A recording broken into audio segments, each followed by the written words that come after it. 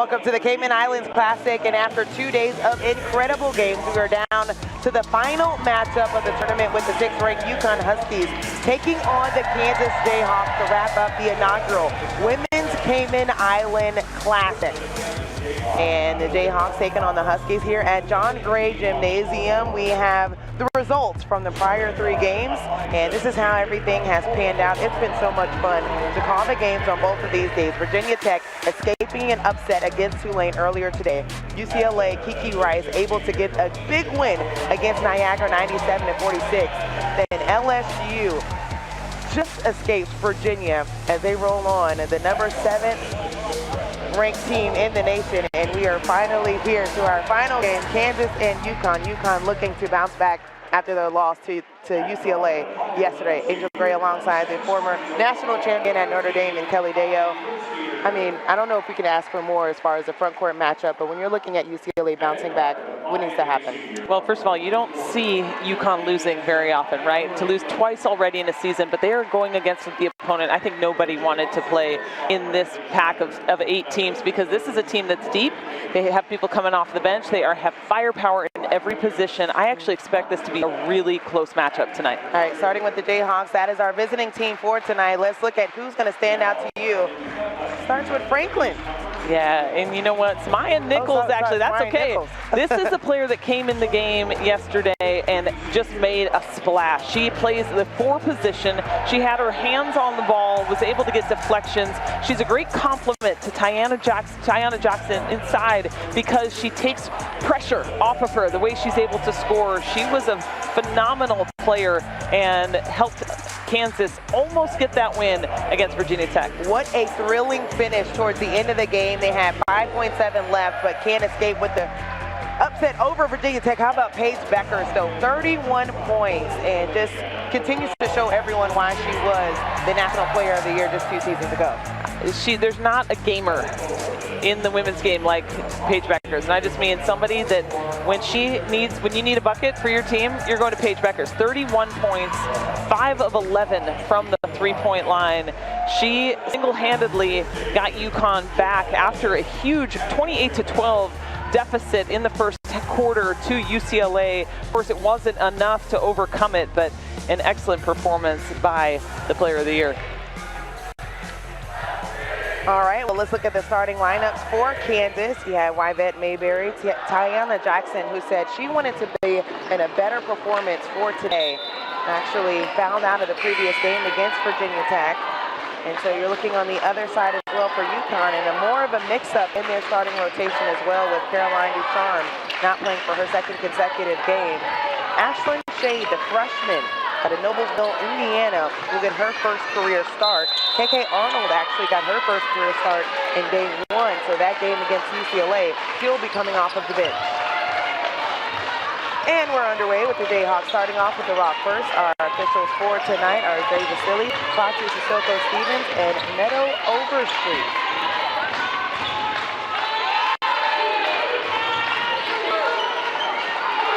And this is what I've been anxious to see, is how are they going to play Tiana Jackson? They elect not to bring the double. They're going to go one-on-one. Aaliyah Edwards and Jackson inside, and Jackson makes her pay.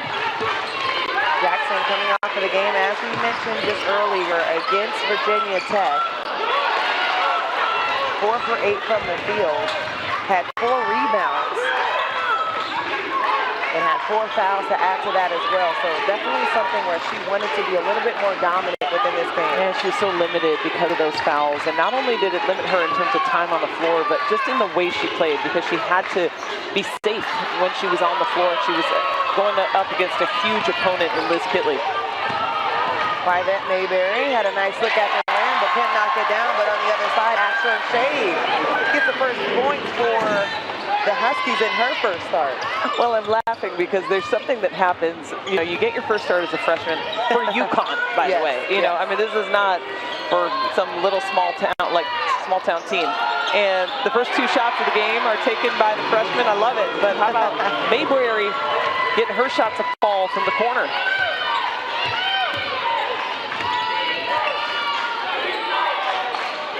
Mayberry ended the previous game with 6 total points, but this is a player that can get things done a little bit on the floor. quick response by UConn.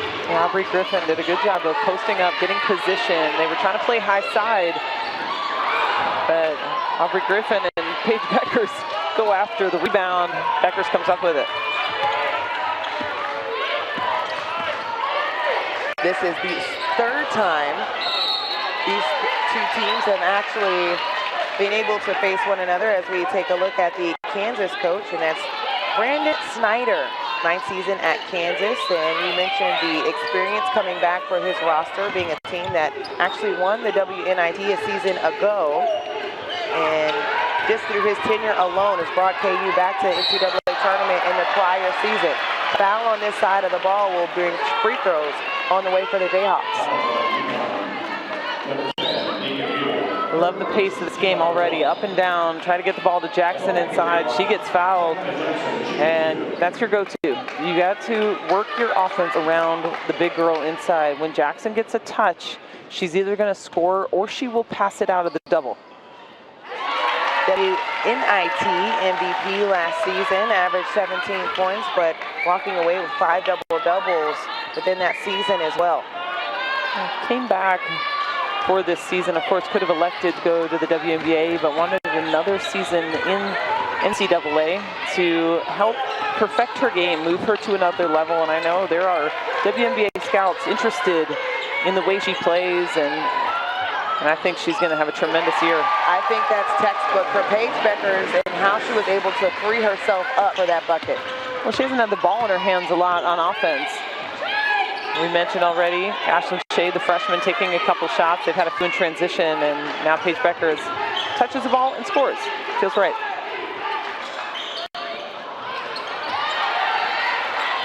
Shea comes down with the rebound. Hands it off to Nika Mule as we go to the sideline for the Huskies, and you have Gino Ariema in his 39th season, over 1,100 wins. Actually can get to 1,200 in this season, 11 national titles, which everyone knows of, and the Hall of Fame coach, inducted in 2006. Not happy with his team's effort across the board against UCLA, down by as many as 23 points in the first half and never had the lead in the game. I think Aubrey Griffin, by the way, could be a really important part of this game for UConn, because Aaliyah Edwards is going to be taken. I mean, there's a lot of attention on her because of Tiana Jackson, who's guarding her, so that will free up Griffin to take some shots. Griffin almost had a double-double last night, had 11 points to add 7 rebounds as well. But a fearless player, very long athletic frame, getting to the bucket. Aaliyah Edwards, we're seeing more of a sense of urgency on the inside from Edwards. And already now 2 fouls for Tiana Jackson. And I think that may have been the game plan. Bring Aaliyah Edwards outside the foul line. Now we've seen it twice, right? Make Tiana Jackson foul you on the drive. She has essentially taken away the big-time threat on the interior by both of those drives.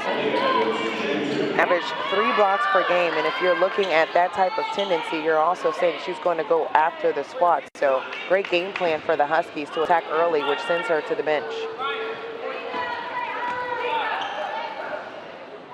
So back in the same area she found herself yesterday, where the Jayhawks had to go without her for a substantial amount of time because of foul trouble in the first quarter. Well, it changes everything right now for the Jayhawks, because you have lost the go-to, you've lost where you want to start your offense from. UConn picking up in some full court pressure, and now the guards need to be stepping up for Kansas. A lot of contact, black call by Paige Bueckers. Looks like the right call, just slid in a little bit late on that attempt. Paige Bueckers was absolutely beat up in the game yesterday, and same story here today already, taking the contact, yeah, leaned into her, definitely the right call. 3 players around the driving Nichols.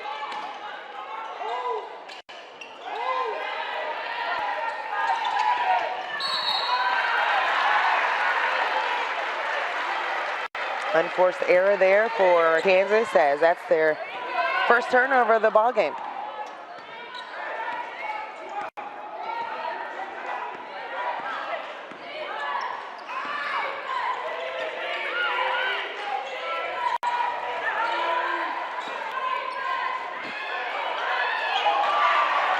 UConn hands the ball back, and Paige Bueckers actually picks up back-to-back fouls in the open court. And you got to credit Skylar Gill for getting her hand on the ball there, causing the turnover. Watch her defense. She was recently named ASUN Defensive Player of the Year back when she played at North Alabama. Comes here as a transfer and getting some good minutes for this Kansas Jayhawks team. So a little bit of foul trouble to both of the stars coming out of this one, as Paige Bueckers goes to the bench with 2 fouls, but a little over half of the time left in this first quarter.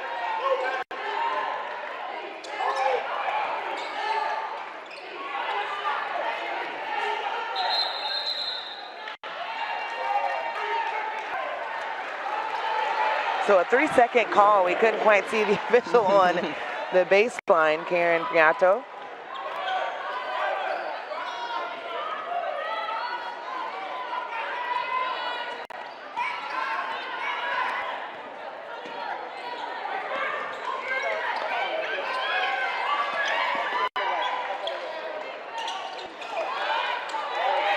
Nika Mule with the rebound, the 5'11" senior on the glass, getting another opportunity for UConn, and another travel call for UConn, which will send it back to the Jayhawks. I see that 3-step so often when people are trying to catch, and I am so glad that the officials caught that. I will watch it and be like, how is that not 3 steps taken? That's exactly what happened right there on the sideline. Great call by the Nichols going into the chest of Ashlyn Shade, finds a way to get the bucket.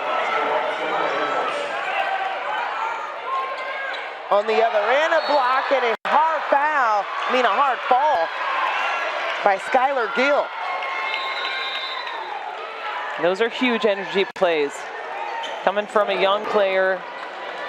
Good job matching up, taking her matchup very seriously. Had Paige Bueckers earlier. That says something about her defensive efficiency.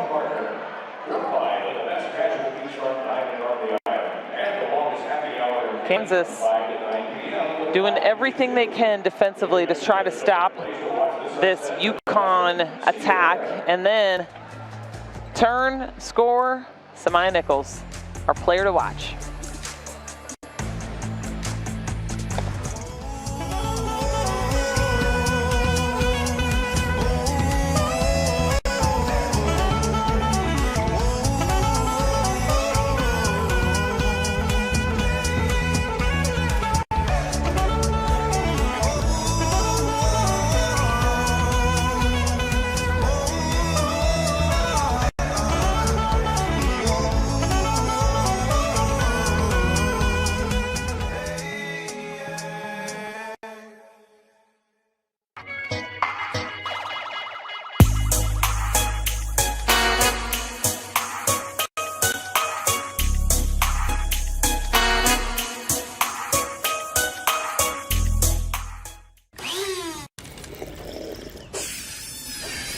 Those empty calories just leave you feeling empty. Enough sucky sucking, more power sipping. Jam-packed with whole fruits, organic veggies, and super boosters. So, no bad stuff. Only at Smoothie King.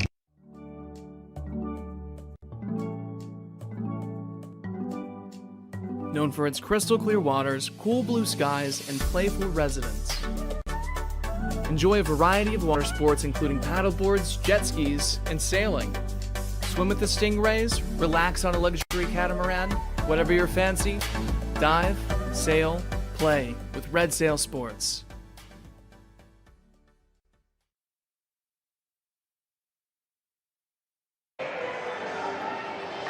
Welcome back. You're looking at the series history between the two teams. This is the third meeting, and UConn has now lost to the Jayhawks, and Kansas trying to change that tune, down 1 in this ball game, a little less than 5 minutes to go in the first quarter, and you're looking at just an opportunity for Brandon Schneider to bounce back from that heartbreaking loss that they had against Virginia Tech, another ranked opponent that they see in this tournament. Yeah, we got to talk to him after the game too. He could have won the game on a side out of bounds play. Actually had a few opportunities with timeouts, and he said, unfortunately, we just did not run the play correctly. We couldn't get it executed. They didn't get the shot they wanted. Obviously, they would love an opportunity to be in a late game situation with the UConn Huskies. Top of the key, Aaliyah Edwards short on the shot. Gill tries to fly in for the rebound. That's corralled in by KK Arnold. In the game for the Huskies off the bench.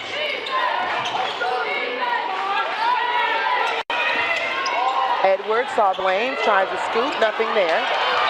This is the third opportunity for the Huskies, but they'll actually step on the baseline and give it back to the Jayhawks.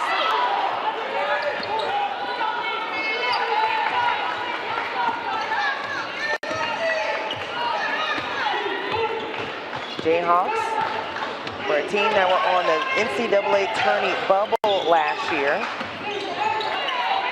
Went 9-9 in Big 12 play. And actually got a really nice win over Columbia, a team that everyone respects across the field in Ivy League play. Less than 10 on the shot clock. Gill, ball over her head. She's going to have to make something fly. Get it off the rim, but no one underneath for the rebound for the Jayhawks.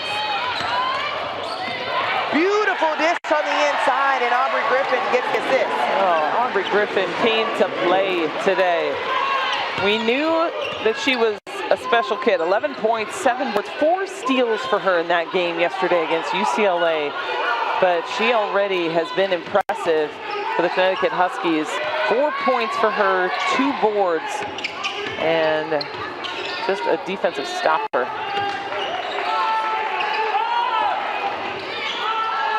The pull-up back iron by Nichols. Samaya Nichols, a player that you had highlighted at the beginning of the game right now. 1 for 3 from the field, 2 points. Dish on the inside, Nika Mule, all the way to the rim, gets the and one. And Nika Mule with Paige Bueckers out of the game will have to be more of a scoring point guard. Yep. Decides not to do the dribble handoff, takes it all the way herself, gets the and one, and that forces another foul for Papadopoulou. So now 2 in foul trouble for the bigs for Kansas. Remember, Papadopoulou actually found out of the game against Virginia Tech, and that was a lot of shuffling for Coach Schneider and the Jayhawks as he had front court foul trouble for his bigs, and a foul is going to go against UConn on this one.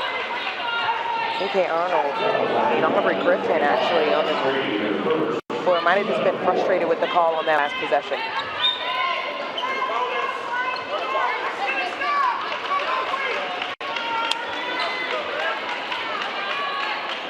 Mark Resch.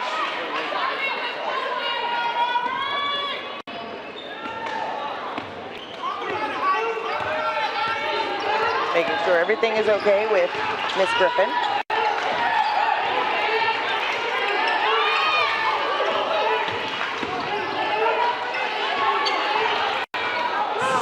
Strong take to the rim. Nothing called there. Cobbins with the rebound, and they're going to call a tie-up on the other side. KK Arnold, who finished with 11 points last game. You can see why her spark off the bench is needed for UConn. Yeah, she didn't get the start today. I was wondering why, but maybe this is why, because she comes in and she gives them such good minutes. Look at the way she ties up the ball, the quick hands on that, and then celebration from her teammates. Job well done.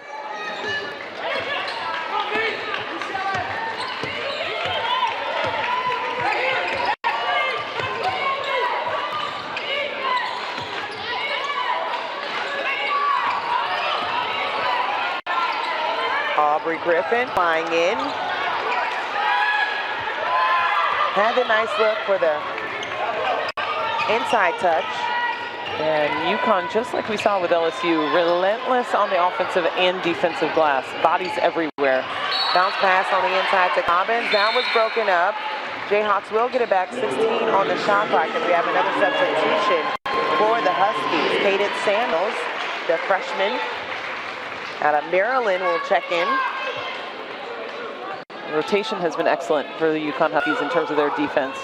They're playing off. It's a very hands-up, very aggressive defense.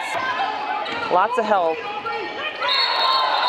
Mayberry had nowhere to go, and she went in the chest of Aubrey Griffin. We said her name a lot to start the game yesterday, and nothing has changed today. Yeah. I mean, she's just a talented kid. She understands the game. She's so athletic, and she stands at 6'1", and yet she has the skill of a guard when it comes to just handling the ball and the way she gets the rim. Quick turnaround by Ice Brady. Another attempt on the inside. Ice Brady once again, nothing there on the second attempt. She wanted the lob, and I love Nika Mule got it to her, just could not finish. Gill left alone.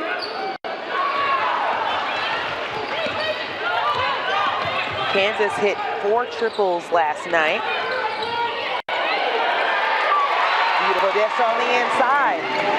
Yeah, right now, because of the Princeton offense of UConn, the middle has been way too wide open. The Jayhawks have to do a better job of helping off and making sure that those straight line drives to the bucket are at least altered, if not stopped. Right now, UConn on a 9-2 run. Less than a minute to play. Ice Brady is able to send that one up.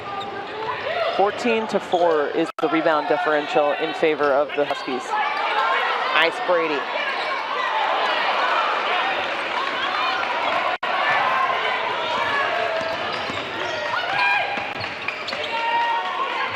Mayberry thought about it, decides to reset everything for the Jayhawks.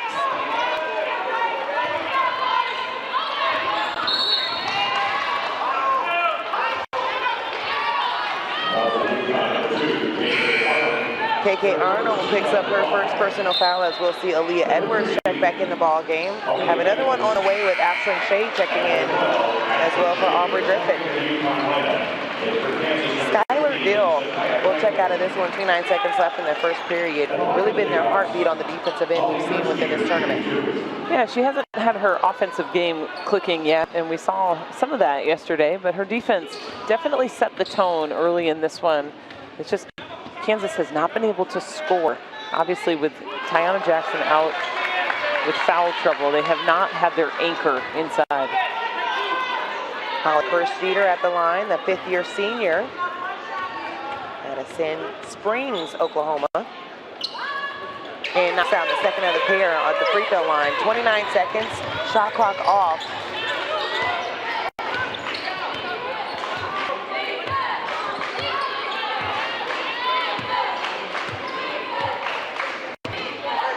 So Nika Mule holding for the last second shot. KK Arnold didn't like the look on the inside. Crossing over, going at about 2 defenders. Finds Edwards on the baseline, who's able to get it to go at the buzzer. Leah Edwards, not just a back-to-the-basket post player, stepping out, taking the 15-footer, leaving no time left for the Kansas Jayhawks to make another play. Beautifully executed. Kick out, one dribble, defense not there. Leah Edwards and company trying to do what they can with Paige Bueckers on the bench in foul trouble.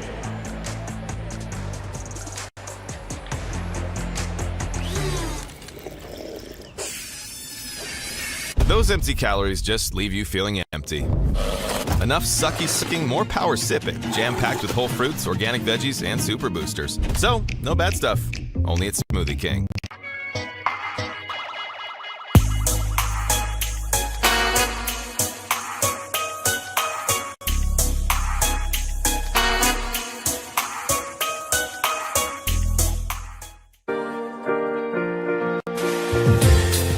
For over 35 years, Tortuga has baked the original rum cake in Cayman.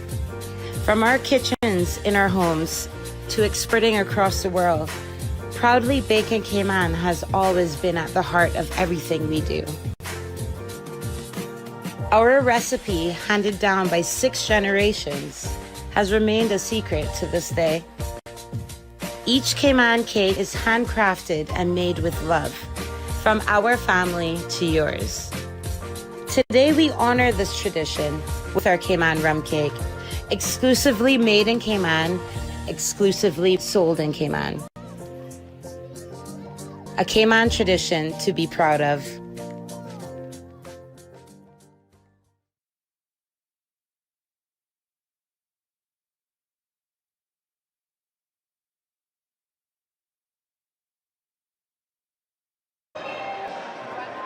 As we see the steel drum, of course we gotta have that while we're in the Cayman Islands Classic. We'll look at the all-tournament team from the first 2 games that we had earlier today. Between Virginia Tech and Tulane, Hannah Pratt was unbelievable. I mean, she was lighting it up from outside, definitely earned her spot. Elizabeth Kitley had a 30-point game in the first one, sealed the deal in the second game as well. Kiki Rice has been unbelievable for UCLA as they walk on and be undefeated in this field. Number 2 team in the nation as Niagara, Chardonnay Hartley as well. What did you like about Niagara?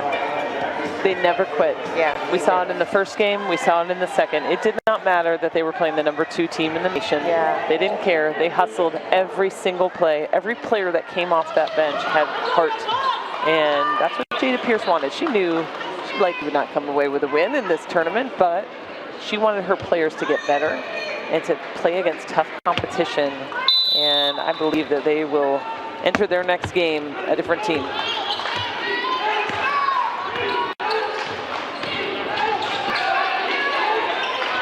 Niagara having to take on UCLA as well as LSU. Actually won the 4th quarter against LSU. Yeah, so Leah Edwards gonna get the ball in the high post, look to drive and draw another foul against Tiana Jackson. Yeah, back in the ball game after sitting most of the first quarter with 2. And that's exactly what happens. And you got to give that to her. That is the struggle with being in foul trouble. You can't play your normal defense, and Jackson is a paint protector. She is so difficult to get shots in over. Top of the key, shot by Franklin. Zakiya Franklin, first team All Big 12 last year, 5th in conference in scoring.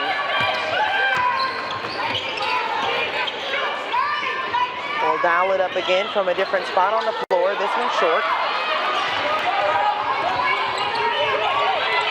KK Arnold advancing this one in the corner. It's the 2nd, 3rd, 4th opportunities for UConn. You mentioned just the discrepancy in rebounds so far in this ball game. UConn, 15-5.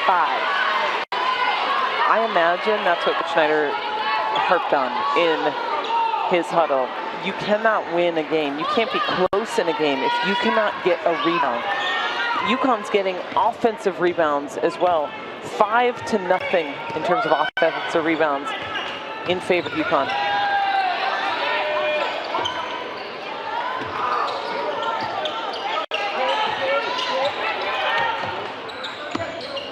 Eight-point ball game with the Jayhawks with the possession, working the baseline, and after some time goes off the shot clock, Kirst Jeter able to work her way to the rim.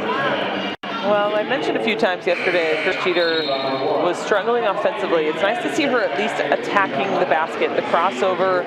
Nobody comes in doubles. Nick Mule makes it hard, ends up fouling at the end. But Kirst Jeter, one of those players that I think could have a big night. She averages 18 a game, only had 5 in the game yesterday. She's also a distributor, averages just under 4 assists a game. So really a big part of what Kansas does. Knocks down the free throw, 4th in the conference in free throw percentage, entering this tournament at 84%. This makes that a 2-possession ball game for the Jayhawks.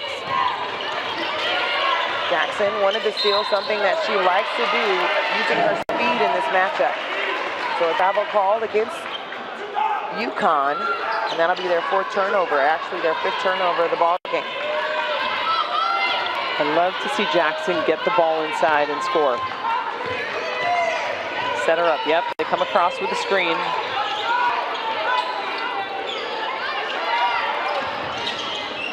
Franklin held up by 2 Huskies and comes in. KK Arnold sends it up the floor and a bit too much to handle as Cadence Samuels couldn't bring that one in.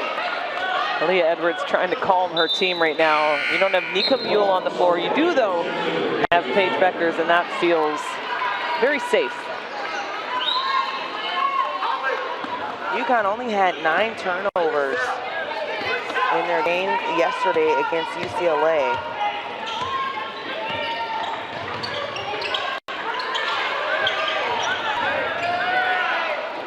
Gersteiner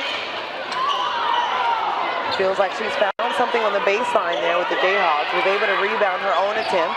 Steps back, nothing there, and that's going to be a travel call. Aaliyah Edwards in her lane makes think twice. Just the defense has forced Kansas into some turnovers already in this one. The 6th turnover for the Jayhawks. And some of them are unforced errors, like you just saw.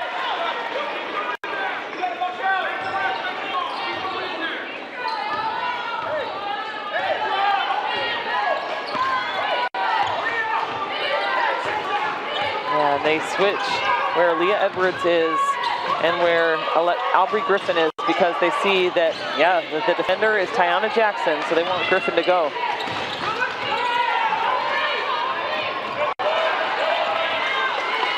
Jayhawks able to escape that scenario underneath as Mayberry.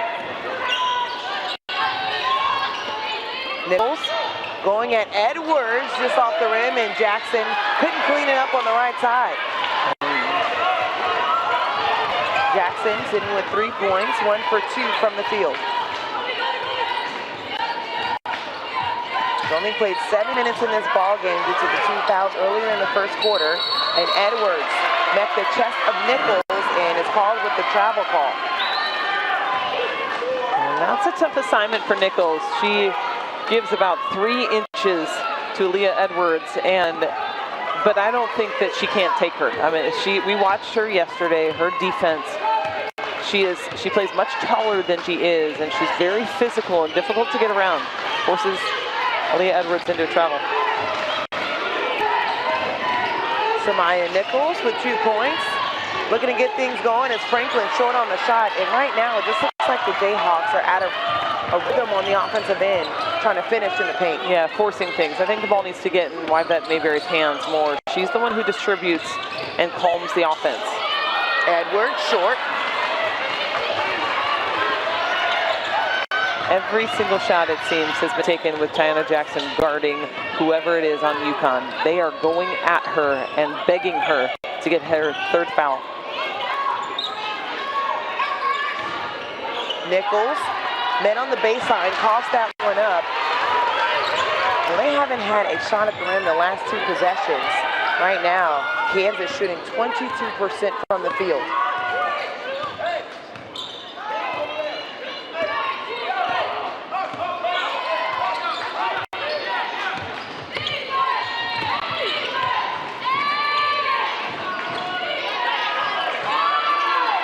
On the shot clock. Paige Bueckers comes up top, pulls up, and a foul will be called against the Jayhawks as Leah Edwards was trying to find her way on the rebound, and it will stay with the Huskies. After we return, they'll get the ball underneath. Huskies, 19-13 lead.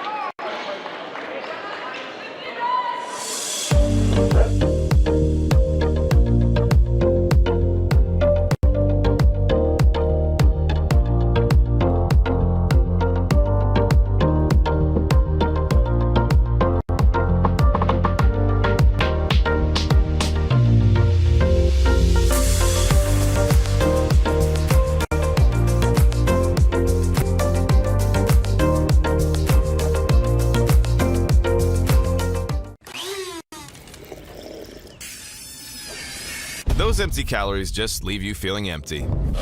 Enough sucky sucking, more power sipping. Jam-packed with whole fruits, organic veggies, and super boosters. So, no bad stuff. Only at Smoothie King.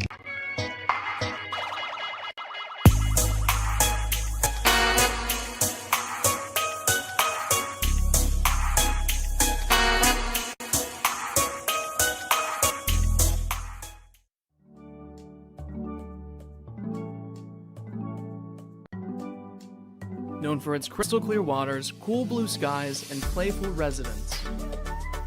Enjoy a variety of water sports including paddleboards, jet skis, and sailing. Swim with the stingrays, relax on a luxury catamaran, whatever your fancy. Dive, sail, play with Red Sail Sports.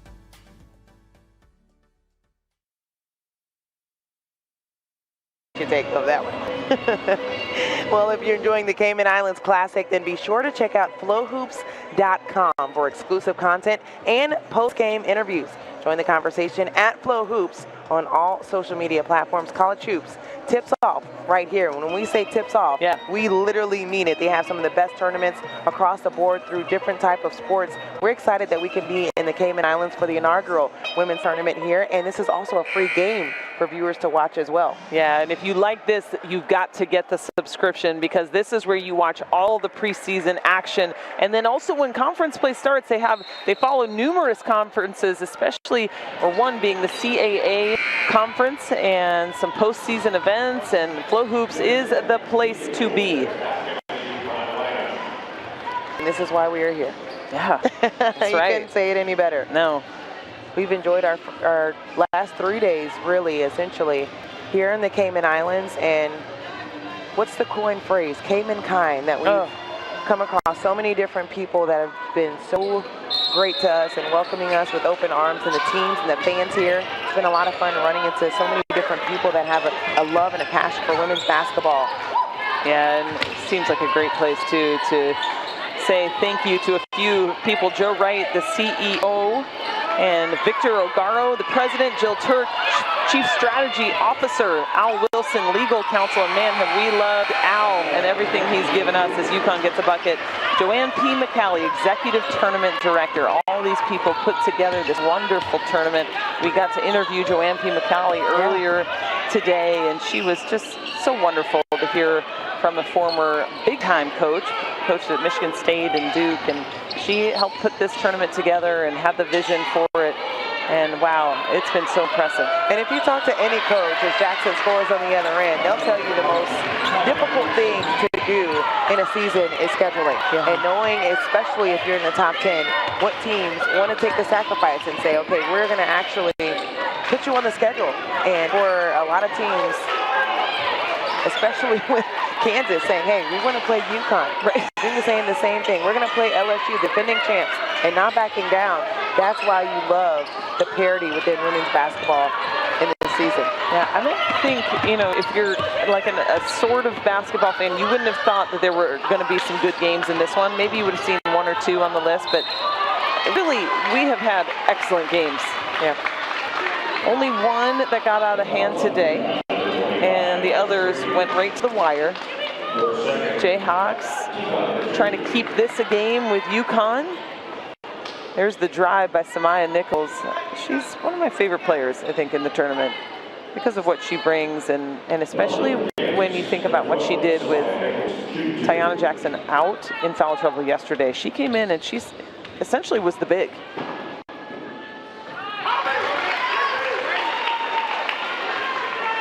Very versatile for this team, and that's what you want to see as well, bringing in for the Jayhawks. Nichols will get one more at the rim.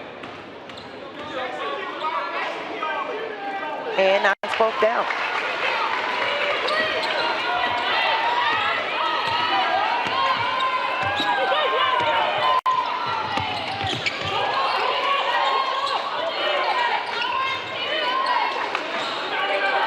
Ice Brady. Thought about it.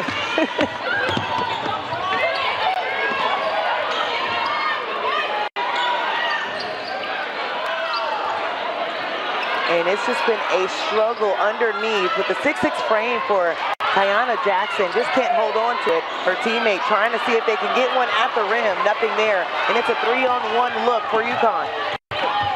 Bounce pass goes out. Ashlyn Shade knocks it down from the baseline. And it's felt like that kind of half for Kansas. So many good looks at the rim and nothing falling. And UConn takes advantage in the transition.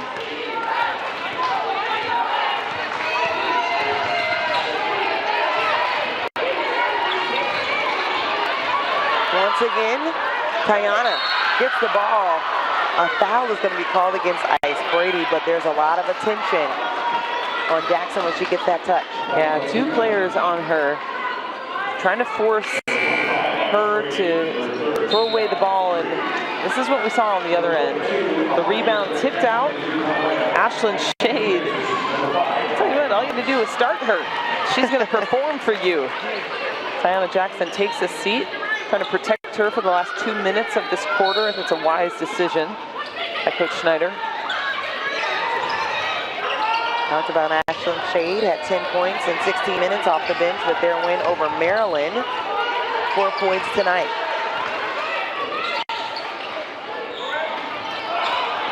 Samaya Nichols couldn't connect. Nichols has struggled from the floor, 1 for 6. Less than 2 minutes to play in the first half. Nice ball movement for UConn. KK Arnold, wide right. First Street are able to knock that away from Aubrey Griffin. How do you like the pace of this game so far? I know. I mean, it favors UConn, but and I'm not sure Kansas wants to play this way. I mean, not that they don't want to play against UConn's set defense, so I get wanting to get going and on the run, but Kansas right now just has to find themselves. Thankfully, there's 1:30 left in this half, and Coach Schneider is going to calm them, but he needs to settle this team. Wyvett Mayberry, I think, needs to just take over from the point guard position and set plays, run some actions, find people to get them open for good looks.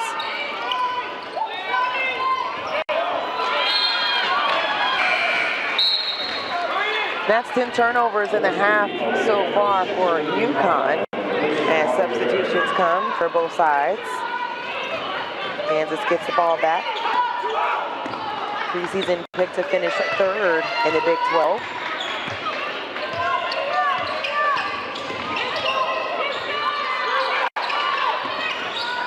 Franklin kind of scoops that one up. I'm not even sure if she knew where that one was going, but gets the 2 either way as we're less than a minute to play in this one.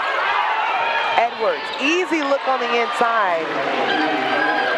Yeah, you've got to be watching on defense. The help side needs to be there. That is way too easy for Aaliyah Edwards. 6-point game as we're less than 40 seconds from closing this first half out. Nichols asking for the screen, then denying it. Gets the edge over Aaliyah Edwards and is able to get the foul.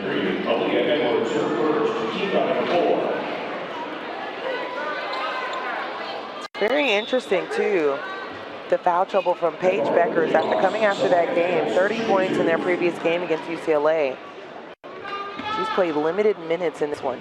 Only 7 minutes so far in this ball game. So both superstars on the bench in foul trouble for either team. Feels like it neutralized that aspect. But UConn still feeling like they have the advantage. But in different ways, though, for Tiana Jackson, who is more of that front court presence, you know where the emphasis is, but they showed that they could keep the game close against Virginia Tech. Paige Bueckers is the match for this offense, and coming off 30 points.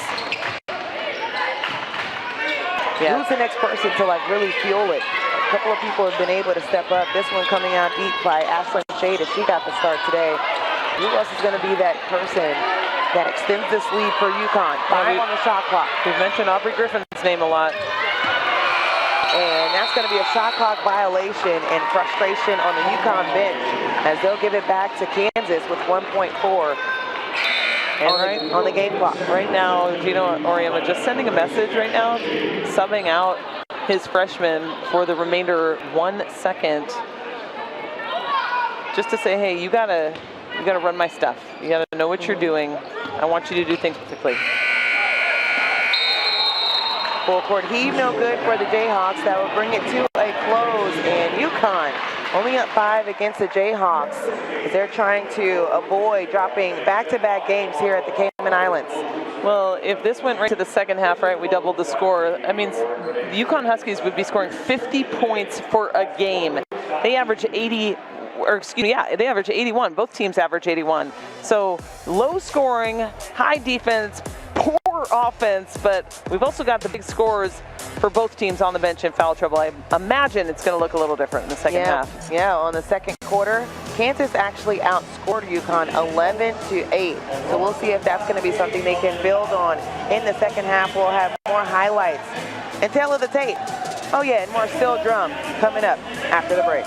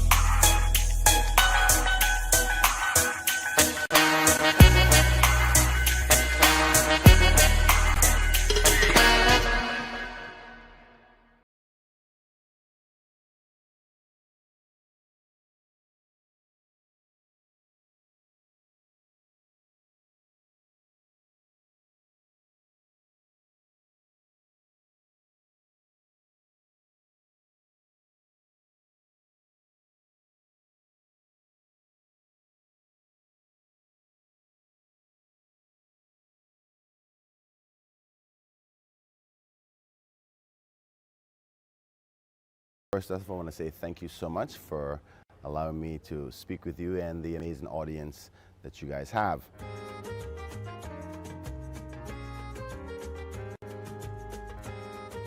Personally, this is a wonderful thing for me because I'm an avid basketball fan myself.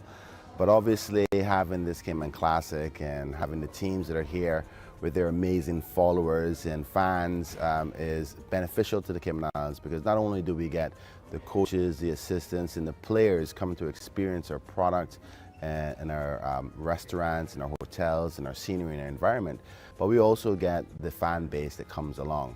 This year we have the women for the first time, and that's pretty awesome.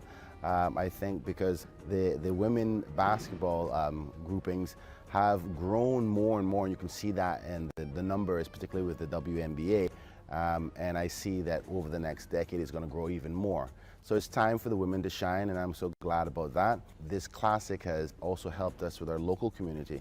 We have a strong basketball following here in Cayman. A lot of young people who want to be able to become basketball players, but they don't never get the opportunity unless they travel to the United States to see that top tier level of athleticism.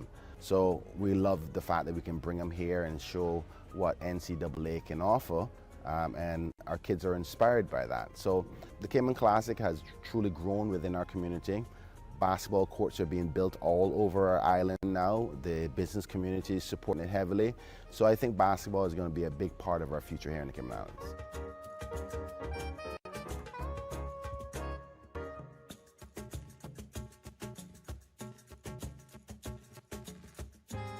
You know, when people go away, they want a number of things. They want safety, they want quality service, they want reputable brands with accommodations. Obviously, they want a wonderful environment, and they want kind people and amazing food, because you got to eat, right? And we score either an A or an A+ in all of those. And I think that that's what distinguishes us amongst the rest. Now, we don't produce a lot of things in the Cayman Islands other than kindness and smiles. And so we make sure that we keep focused on the little small stuff that people appreciate, so their memories can last forever. And I know you've probably heard this before, but the Cayman Islands is the #1 culinary capital of the Caribbean. So we have different restaurants with different palates. And when people spend their money in our economy, you know, they keep our people employed, and, you know, the government makes revenue through the various taxes. And besides the economics of things, what we love the most is memories. We're a very kind set of people. We feel so proud when somebody says, "Man, I love the Cayman Islands." It gives us joy, particularly whenever I travel. "Oh, I've been to the Cayman Islands, it's so nice." That's really what we're all about.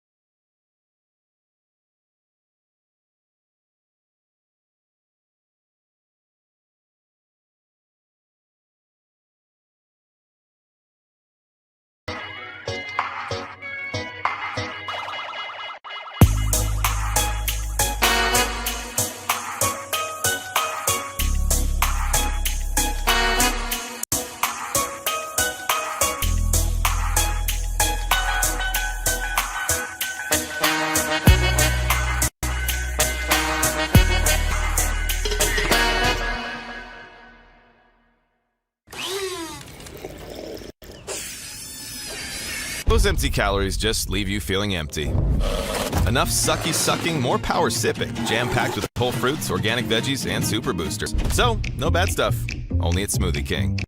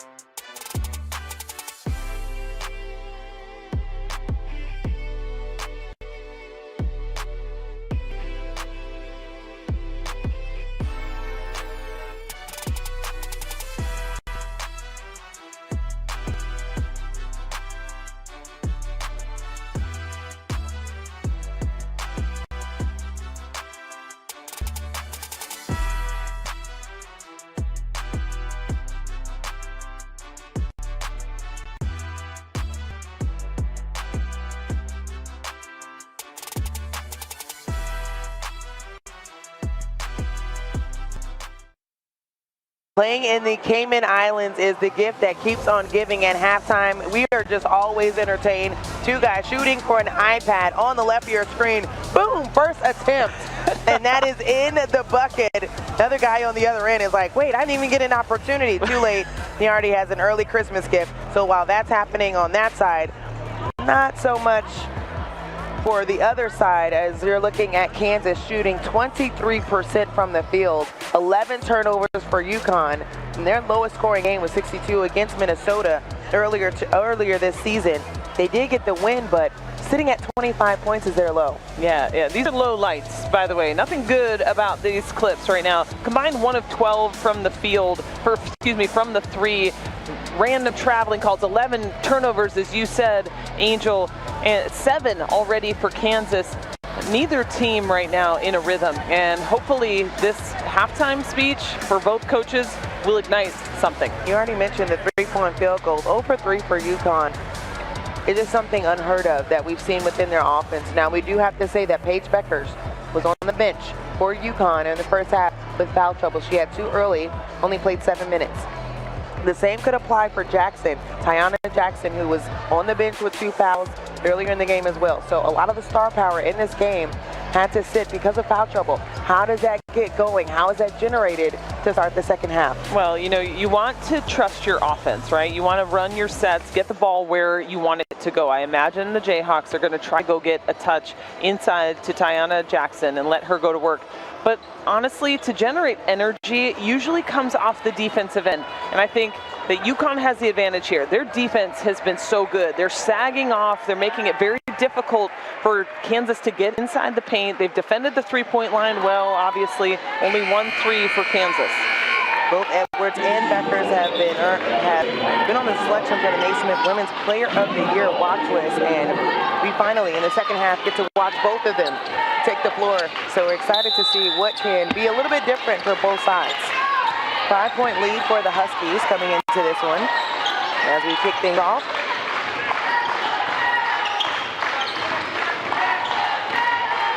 Cam Piatto, Mark Resch, and Tony Patillo on the call for tonight as well as far as the officiating. Aaliyah Edwards, full steam, takes out Nichols. But Samaya Nichols slow to get up after that collision underneath. And we've watched the post players for Kansas. That's been where they've been trying to score their points. On the drive, that time, Aaliyah Edwards extends the arm, goes in with the shoulder, and runs right into Samaya Nichols. Able to pop back up. That's like a train hitting you right in the chest. Aaliyah Edwards, so strong, so solid. I like the look going inside. Just a little bit more under control, getting to her looks on the floor. Yeah, and you know, she's also a player that can stop and pop. So you don't always have to go to the basket. I understand they're trying to draw fouls right now on the Kansas Bigs. And that's the defense I've been talking about. Getting a hand on the ball. Near still at the top of the key, but the Huskies able to end that possession with a stop. Samaya can't get the stop there, and Ashlyn Shade had the corner 3. This can knock that down, so UConn still hunting for their first triple of the night. Samaya Nichols picks up her second personal foul. All the action in this game is happening inside the paint. Post players are getting fouls called left and right. There's so much physical activity. Paige Bueckers, and you also wonder for a lethal scorer such as Paige Bueckers with the amount of time on the bench, how long does it take her to get warmed up in this one? She doesn't need a lot of time. Yeah. You know, she's looking for her own shot. UConn in yesterday's game only had 9 assists. That's not a lot for a UConn team, but honestly, it's because Paige Bueckers just was trying to score on her own. She needed to. 9 assists, 22 made field goals, and as you mentioned, 5 of them coming from Paige Bueckers. Didn't take long at all. No.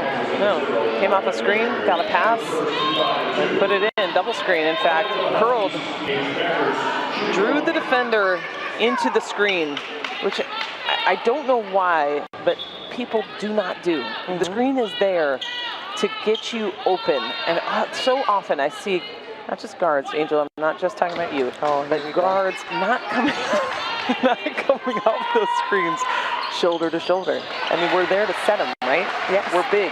We got a big body. We're just trying to help you. Most of you. Some of you. Some of you don't. But you mentioned it. I mean, if you're going textbook, if you're breaking down Paige Bueckers, it's not even just a shoulder to shoulder. It really comes down to even the footwork going into your shot. As Jackson is able to get an offensive board, draws a foul there, she'll get 2 free throws on the other end. And that's exactly right. As she's curling off of that screen, right, her feet are already ready. Takes that inside step. And then on the other side, Kirst Jeter goes up strong, and Tiana Jackson stays on the offensive glass. Had a birthday yesterday. Said all she wanted to do was win in this tournament. Dropped the first one in a heartbreaking fashion to Virginia Tech. Had the 4 fouls, but says it's a new day, wanting something different. As they're down 8 now to the Huskies. And Tiana Jackson, with as pretty as that shot looks, just is having such problems from the free throw line. 2 of 16 now on the season.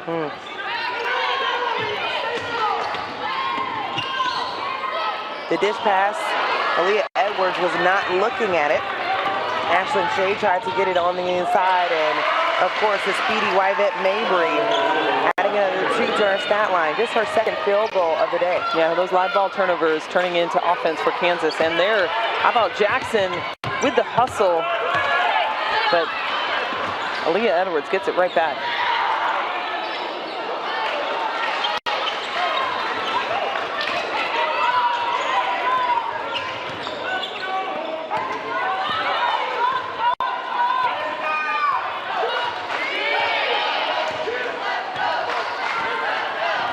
Three minutes into this ball game, Huskies are now down 4-3 in the quarter to Kansas. Yeah, great play there, running the double screen. Jackson rolls, receives the lob pass, easy 2.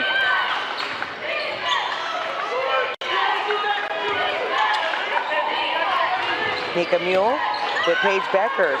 Finds her at the top of the key. Rare miss at the top from Paige. Kirst Jeter starting the transition, Mayberry. And that was just an easy look at the rim. Yeah, poor communication for UConn in transition defense right now. And yeah, Gino takes the timeout. We were expecting that. Kansas Jayhawk fans on their feet. There are not many open looks you're going to find against the Huskies defense, and that was just a simple look on the right hand that's going to look or be the reason why Gino calls that timeout. I think some players are just trying to do too much, and a poor pass right there turns into offense.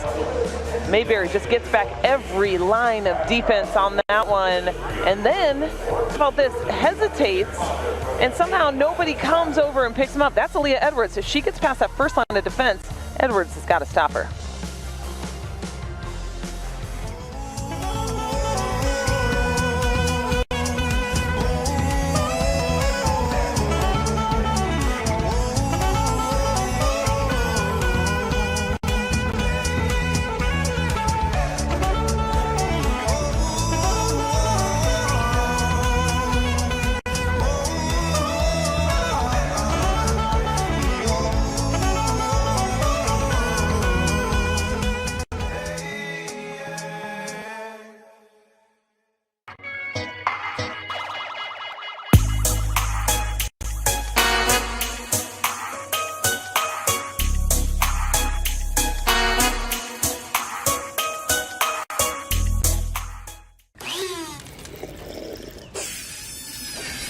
Those empty calories just leave you feeling empty. Enough sucky sucking, more power sipping. Jam-packed with whole fruits, organic veggies, and super boosters. So, no bad stuff. Only at Smoothie King.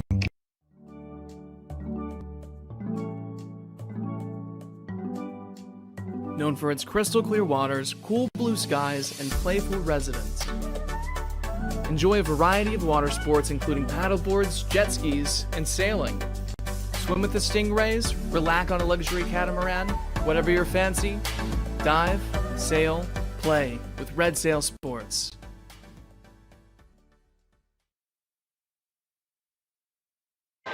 That last bucket for the Jayhawks led to a timeout for Gina Ariema and the Huskies, and they're just trying to put pieces together. They have different rotations so far for the starting lineup in this tournament, and when you look at the injury timeline, it really starts with AZ Flood, and unfortunate news with her going down with another knee injury. Wishing her all the best. It's just really heartbreaking. Such a great talent. I know. Really love seeing her out on the floor, and especially with Paige Bueckers coming back and after the recovery she had in the offseason, seeing her shine in this season, that's just something that the Huskies dealt with all last year. Yeah, I mean, she only played 2 games, as you see there, last season, and she and Paige Bueckers are extremely close. They have been all through their basketball careers, and that's one of the reasons that AZ Fudd came to UConn, was so that these two could play together. And I mean, in fact, you think, AZ Fudd is named for Jennifer AZ, a Stanford player, right? Yep. Mom played at Georgetown. I played against her, Katie Smirkaduffy, and a phenomenal guard. So the fact that she ends up at UConn with the phenom Paige Bueckers has a lot to do with relationship, and so sad to see those two not being able to play together. Yeah, absolutely. We saw Samaya Smith go down for LSU. Everyone was holding their breath as well in that second game today for LSU, where Haley Van Lith took a hit, went to the floor, and you can just, it was just eerie silence, just making sure she was okay. She was able to return. LSU was able to leave the Cayman Islands with 2 wins as well, but you never want to talk about injuries when it comes to athletes overall, but especially some of the best talent you've seen in the country. China Jackson too strong on that one. She's got to use the glass in those scenarios. Backdoor by Paige Bueckers, one of the best players when you're seeing moving off the ball, as Edwards steps in for 2 and gets it.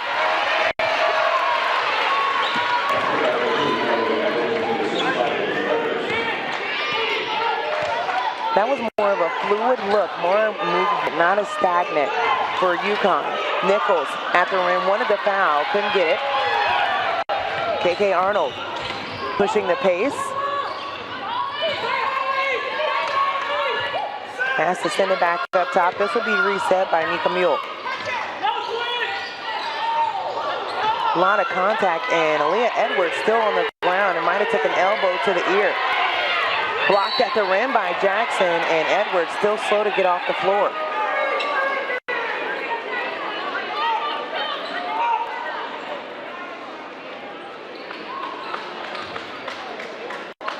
Well, we mentioned it earlier, a lot of contact inside. Tough, strong post play. We're gonna get a replay. Coach Gina Ariema looking on, and you'll see it inside. Aaliyah Edwards trying to get position, and I think hits the elbow. Yeah, right to the face.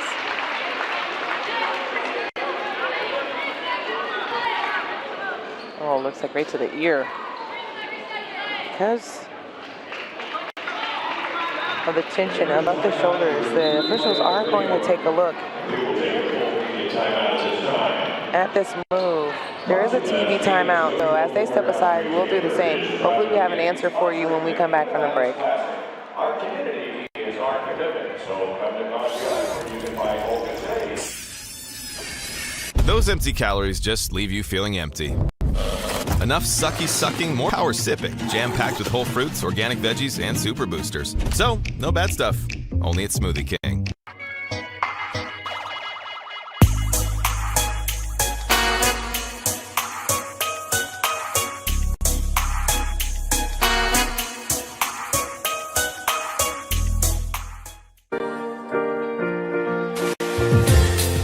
For over 35 years, Tortuga has baked the original rum cake in Cayman.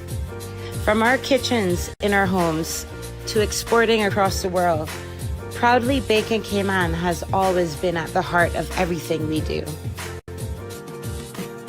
Our recipe, handed down by 6 generations, has remained a secret to this day. Each Cayman cake is handcrafted and made with love, from our family to yours. Today we honor this tradition with our Cayman rum cake, exclusively made in Cayman, exclusively sold in Cayman. A Cayman tradition to be proud of.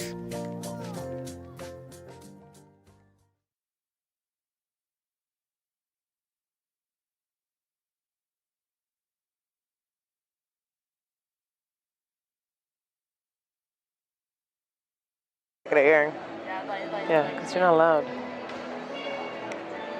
So the officials are still at the monitor taking a look at the play that just happened on the other side of the break between Aaliyah Edwards and Samaya Nichols fighting for position on the block. And I know that you as a post player understand the movement it takes to get to positioning on the floor. What are your thoughts on this? Yeah, that's a swim move, first of all, for Aaliyah Edwards. She's trying to gain position, trying to get a step ahead of the feet of Samaya Nichols. And as Nichols tries to also gain position, she uses her arm in the same fashion. I don't think it's egregious, as we said in the break. I don't think that it was intentional. I have a feeling that the officials will come over and say it was a basketball move. We had one of these yesterday. Yeah. And, you know, I do appreciate that they can go to the monitor and make sure about these, because anything, as you said, up above the shoulders and near the head area is serious.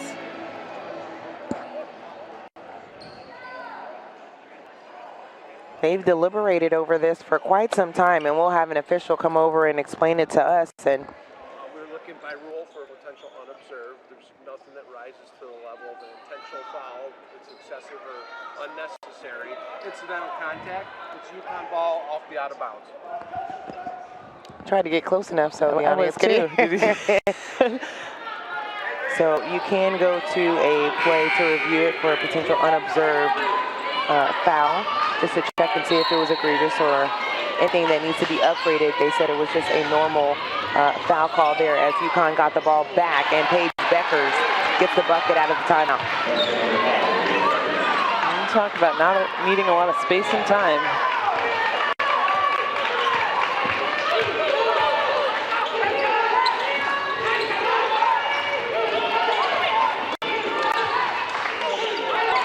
Jackson might be the smoothest move we've seen from her tonight. Yeah, so no Edwards allows Jackson to play on a shorter defender.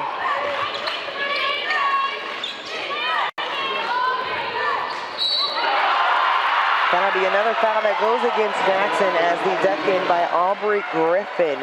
Gets the and one, will get a free throw, but what a great recognition from the wing guard. Yeah, and another foul now on Jackson. She goes up to try to block it. I think in those scenarios, when your presence is needed on the floor, don't come down with your hands. I think just having the wherewithal as a post player too, not a lot of space that you can work with, but when you can find a pocket and space to get an easy look, Aubrey Griffin, there was no one around her. It looked like Jackson was on the top side, right, and no weak side help, which led to her now completing a three-point play. Yeah, definite breakdown for Kansas as they're watching this lead continue to grow for UConn. And look at the sagging, man. There are players in, almost 4 players in the lane at every time for UConn, but still, Kansas able to finish. Yeah, the biggest lead for UConn was 10. That was back in the second quarter. Kansas only led by 3.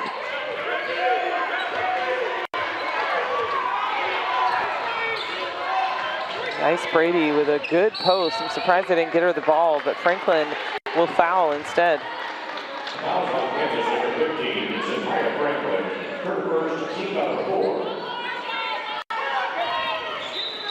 So Samaya Franklin picks up her first. Paige trying to get crafty with how she picks up her points, and Aubrey Griffin. These fans should be really excited about what they get to see in this senior. Everybody needs an Aubrey Griffin on their team. Look at this. Attacking the glass, finishing through contact. We saw her do that just a moment ago as well. Relentless is the word. So tough. She's got a thin frame, but she does not play like it. what I like about that possession is ripping it off the glass, right?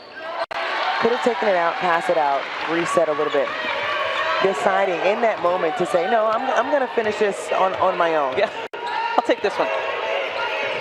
Makes it an 8-point lead for the Huskies.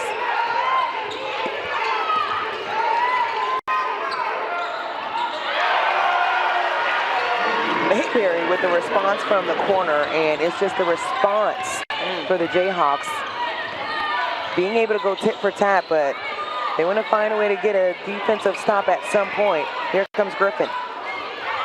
It's Brady at the top of the key for the long two. Well, she needed that one. She was 0 for in this game. That's a good look from the top. Less than 3 minutes to play here in the third quarter. We've gone back and forth for a first half that didn't have much offense in it, 25-20. We're seeing a little different look from UConn.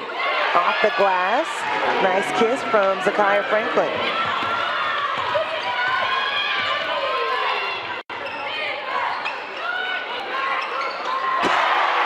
Here we are. I remember this from yesterday. Yes. I know this story. A gentle reminder from Paige Bueckers as they knock down their first 3 of the night. Oh, Paige with the steal and the bucket back-to-back for UConn. That's going to lead to a timeout. There she goes. Paige Bueckers putting her team up 10, ties their biggest lead. it's like she's saying, okay, that's long enough. Yeah. We'll play with you no more. And Paige Bueckers is going to do what she can to extend the lead. She starts it with a 3. Look at that. Goes under the screen, gets screened, and her defender gets screened, excuse me, and then comes back on the other side, tips it away, and gets the easy 2. Was that 5 points in 3 seconds? Yes. Well, I would say about 7. Yeah, okay. Well, that's probably true. Either way, really nice, right? Fast, right? So we asked for it at halftime. We were like, you know what? Yeah. We want to see a little bit better flow from both sides. Yes. Right now, UConn does have the 10-point lead, and they're off to a nice run with Paige Bueckers. But on the other side, yeah, we're seeing the same thing with Kansas. Absolutely. 15 points already for Kansas from the half, or, you know, just alone in the third quarter. They finished the quarter with 20, so much better offensive production for them.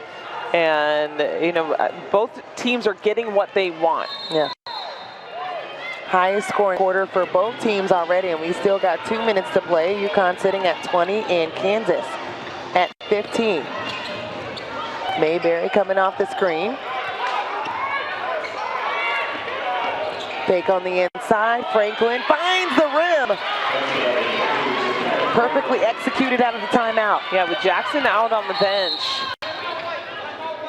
the Jayhawks still take advantage inside the paint. Franklin has done so well at getting both feet in and just laying it up over the rim. So the timeout called by UConn. They're down to 2 now. Both teams in the bonus on the next free throw as we look at Paige Bueckers and how she's just on fire in the second half.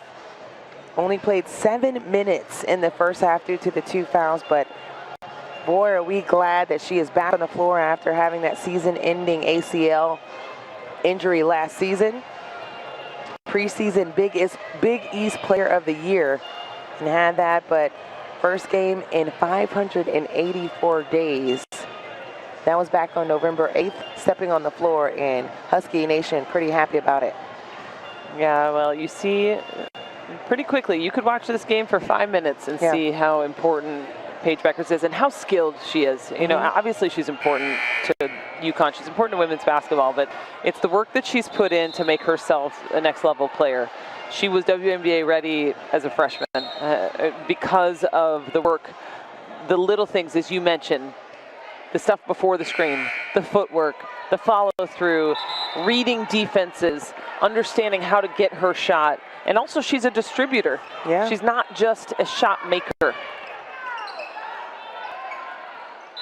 A gym rat. Yeah. I was able to, over this summer, do an overtime elite game with her, and we broke down the future of women's basketball. She was actually calling a few games with Michaela Williams and Malaysia Full-Wiley and Hidalgo now at Notre Dame, and seeing the talent coming in. But right after we're done with games, she's going into the gym, finding ways to get shots up, shooting endlessly within the gym. And I honestly wanted to check behind the curtain to see if there was a cot back there, because that's how often she is within the lines trying to perfect her craft. Wow. Like that. Yeah.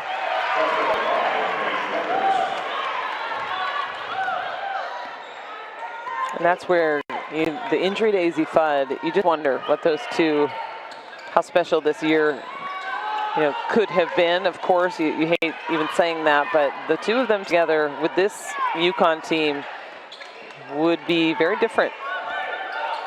And two, coming off of a season where all the attention was going towards, as the Jayhawks knocked down a three,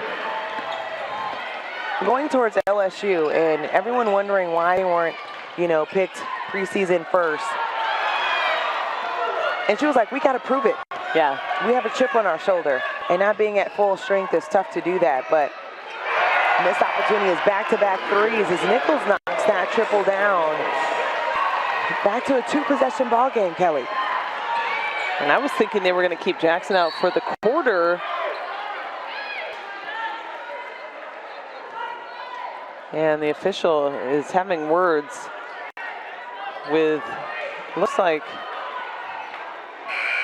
yeah, that's Ryan Cobbins. Ice Brady will take some free throws. Jackson coming back in. I was thinking he was trying to protect her from picking up a fourth foul. Yeah. Might be a little risky in this situation off the free throws, but Ice Brady will get 2 free throws.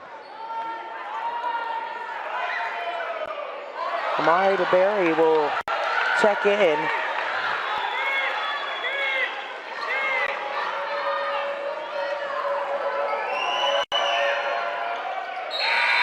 So she'll come in for Ice Brady, the junior out of New York.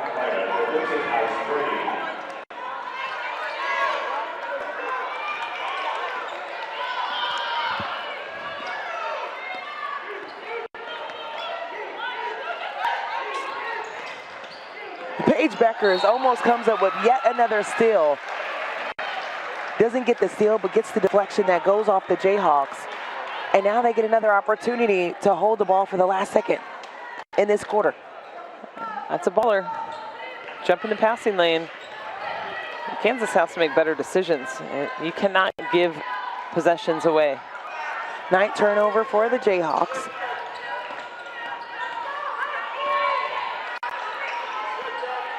Paige trying to get to her spot on the floor. Steps back, top of the key. Money ball. So that deflection, which turned into UConn possession, just turned into 3 more points moving into the fourth quarter. That is a special player right there. Gino Auriemma at one point told fans, we have Diana Taurasi and you don't. Well, in this case, they have Paige Bueckers and you don't. Step back 3, launches it from deep, knocks it down. Paige Bueckers, 17 points, 2 triples, the only for the Huskies tonight.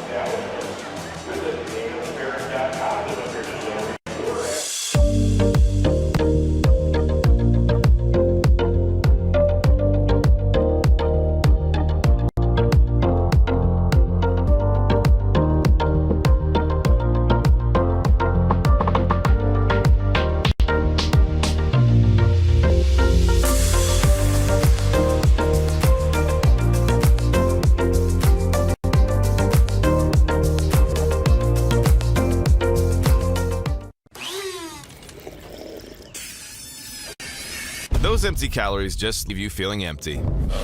Enough sucky sucking, more power sipping. Jam-packed with whole fruits, organic veggies, and super boosters. So, no bad stuff. Only at Smoothie King.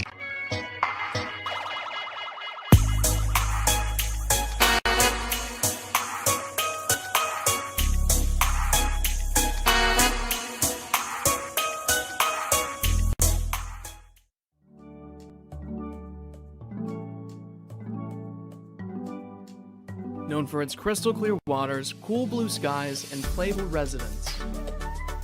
Enjoy a variety of water sports including paddleboards, jet skis, and sailing. Swim with the stingrays, relax on a luxury catamaran, whatever your fancy, dive, sail, play with Red Sail Sports.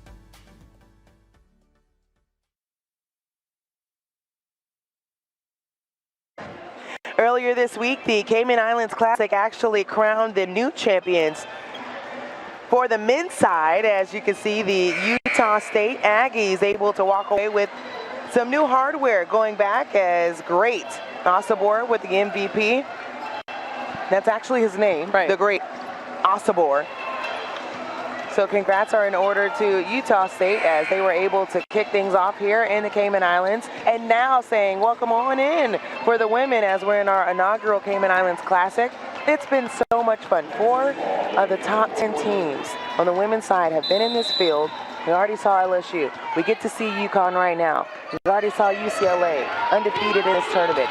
And we also see Virginia Tech escaping 2 close games within this field. So we have been entertained from day one to the very last game, which is this one right here between UConn and the Jayhawks. It's been so much fun to work with you, Kelly. So much fun to work with you, Angel. And yes to the teams, but how about the performers? We have seen 30-point games multiple times here in this tournament. Paige Bueckers putting on a show in front of us. Liz Kitley, Georgia Amor, Lauren Betch, Charisma Osborne. I mean, the list just continues to go on. All tournament players from the 2 earlier games, Hannah Pratt for Tulane, Elizabeth Kitley for Virginia Tech, Kiki Rice for UCLA, and Chardonnay Hartley for Niagara. Then a little later in the show, we'll be able to show you the remaining all tournament team for the last 2 games that we have.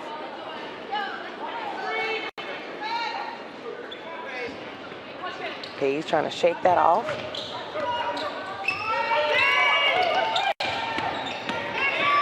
Mayberry just ducking her head underneath Jackson, able to draw the foul. I don't know how Jackson came up with that offensive rebound. She was so deep under the basket. And just comes up and snatches it as Paige Bueckers will take a rest.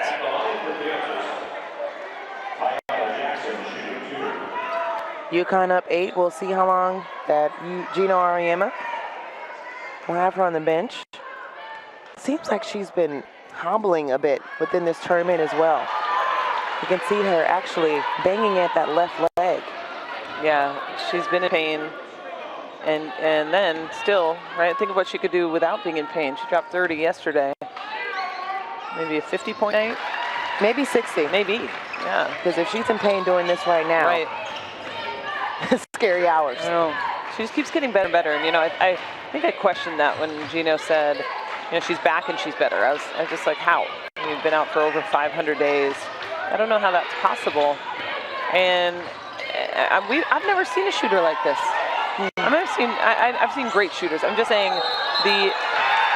just the way she can get her shot to fall. And how about the defensive stop there? Fourth quarter, this is what you need from the Jayhawks, right? You got to step up and you got to put everything on the line. And it starts on the defensive end. Yeah, good stop for the Jayhawks as they'll get the ball back.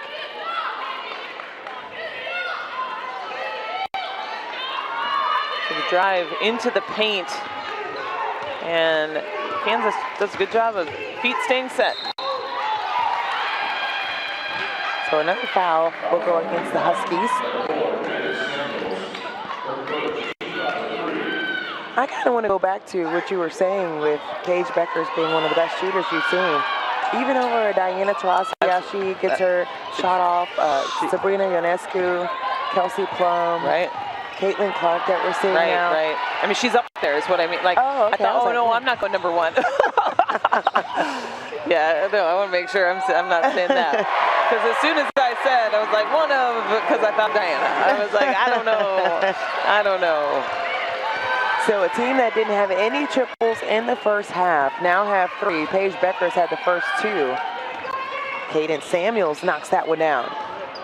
A deep pin by Jackson, able to get that off the glass. And that work starts early. Jackson is getting her deep before she catches the ball so that when she turns and spins, she has the location she wants on the low block.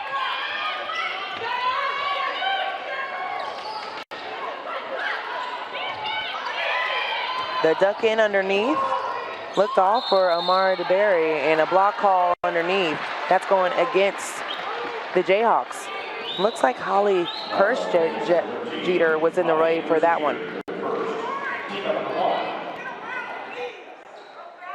And there's the kick outside. The freshman gets on the board for UConn.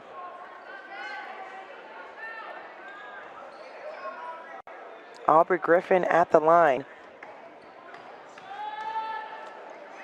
Griffin had 11 points and 7 rebounds against UCLA last night. How many times have we said her name tonight?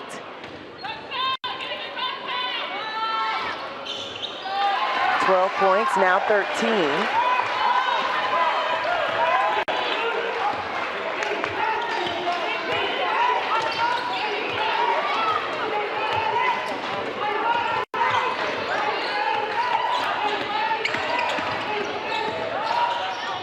Mayberry, the fake to the top of the key.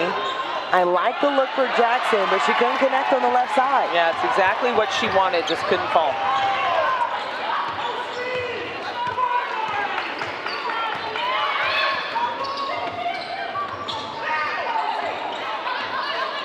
And now the mismatch. You've got Kirsch-Jeter. They don't take advantage. Instead, an air ball from up top. And right away, she looked at Gino Rami like, okay, my bad, coach. Whoops. That's my fault. Gino Oriema putting a lot of trust right now into his young players. We saw KK Arnold get the start yesterday, her first career start. You get Ashlyn Shea got the start today, and a lot of contact underneath. I think this is Ice Brady. Actually, no, it's going to be Amari DeBerry, I believe.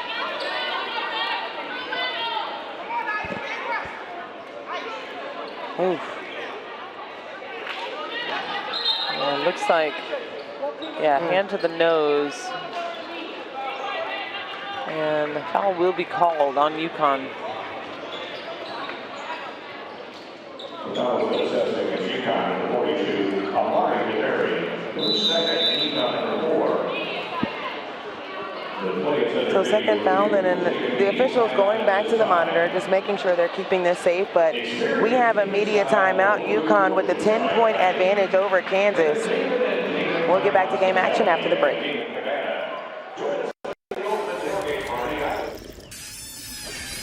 Those empty calories just leave you feeling empty. Enough sucky sucking, more power sipping, jam-packed with whole fruits, organic veggies, and super boosters. So, no bad stuff, only at Smoothie King.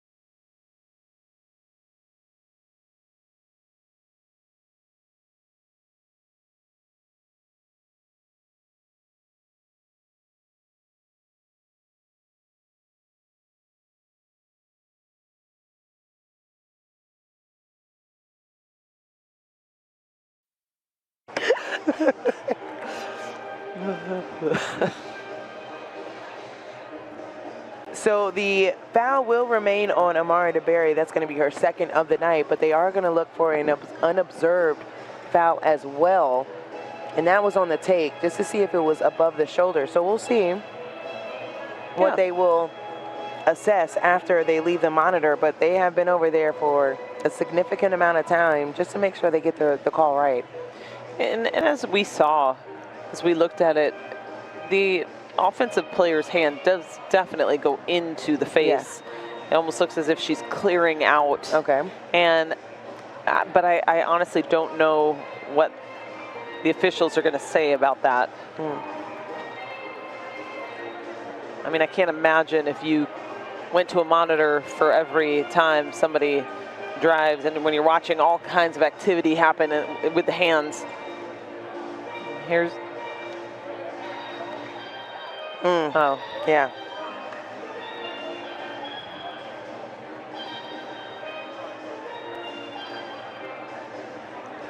So it can be an offensive as well. We'll see what they, in my personal opinion, from what I'm seeing, just an offhand, you can be called for an offensive foul there, but clear out. Where would that leave us within? Right. So we'll see just what the breakdown may be in this particular scenario, if that is even the case. That's right. And remember, all this action happening in the last few minutes with Paige Bueckers on the sideline. She was in foul trouble early in this game, and then she stepped on the floor, and it started raining points for UConn.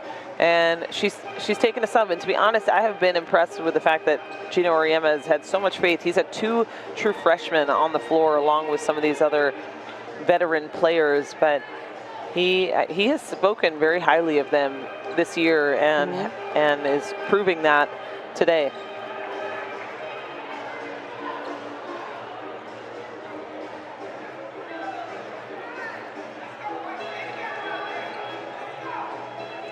I mean, this is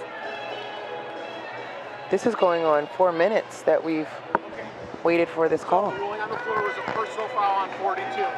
It's excessive or unnecessary contact by 0 red to the face of the UConn defender. So the personal foul stands. It's going to be intentional foul against red.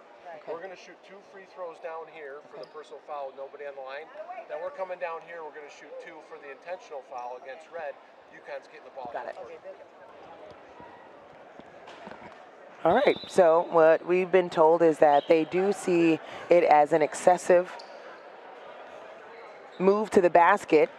So you can see here, Mayberry, and the question that we had was it a basketball play? That offhand trying to hold off, and you can see a lot of guards try to do that if they don't have the advantage with the length, trying to hold off the block. Yes. So and they did catch that. Had she stopped, within the line of her body, that would not have been a call. But because she extends out, that is what will happen. So now the 2 free throws, first for the initial foul on DeBerry, 2 free throws for UConn, and then UConn, because of the intentional, and then UConn will have possession with the ball on the sideline. Correct. We did a great job there. Thank you. Thank you. So Mayberry will get 1 more, and I'm not sure if she thought that she was going to get a reset because of the announcer. No. So now UConn will get 2.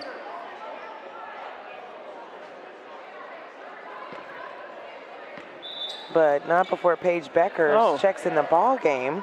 So Paige checks in, Caden Samuels will check out, and Paige Bueckers will shoot the free throws. Well, I would do that too. Yeah, I would definitely make sure that Paige Bueckers is available to shoot the free throws as one of the best free throw shooters on the team. She knocks down this one, she'll get 1 more, and UConn will get it on the side. And by the way, she has been doing all of this with a wrap around that left thumb. I do not know the story there. We have not been told, but she's physical. She's a physical player. She has been on the floor a lot the last 2 days, has been bumped. Sure, she's going to go home with some bruises, but that is just par for the course. And you are the player of the year previously, working on that this year as well.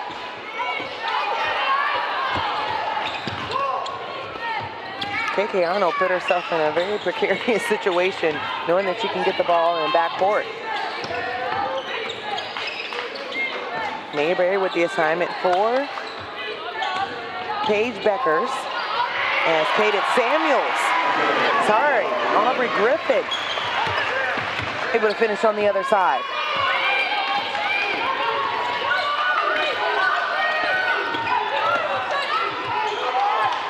This is the biggest lead for UConn as Mayberry has a canny ability of just really holding herself in the air and trying to get a good look off the glass. Now that's a lot different than what we saw in that previous possession where she got the technical foul.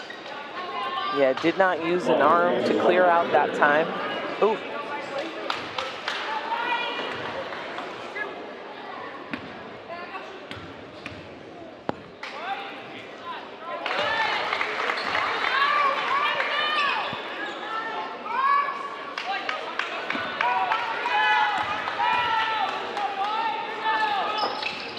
Mayberry has been to the free throw line the last 2 times for the Jayhawks. Knocks that one down. 11-point game. Little under 7 minutes to play in this final quarter. And Bueckers pulls up from the free throw line. Cannot put that one in. You don't see that very often. A missed shot. Who would have thought? Mayberry, another attempt from up top. It's been very interesting. Jackson right now, 12 points. She has a double-double with 10 rebounds. Hasn't had a lot of looks outside of off of offensive rebounds in this fourth quarter. Yeah, they have tried to isolate her a couple times. She's missed when she's taken the shot in close, but yeah, I would have liked to see more touches for her deep in the paint. Outside shot for Nika Mule.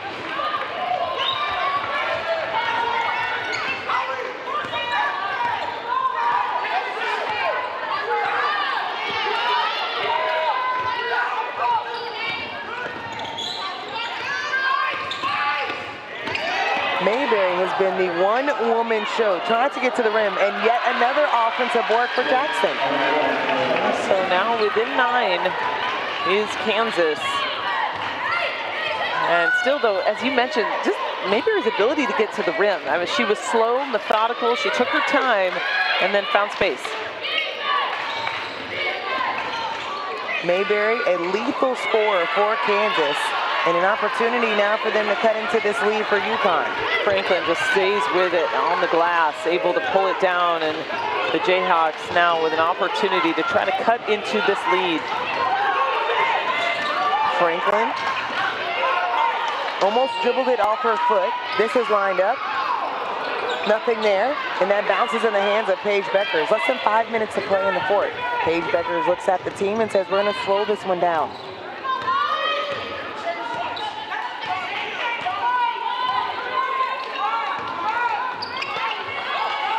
So UConn using more of the shot clock as we're approaching the last few minutes of this ball game.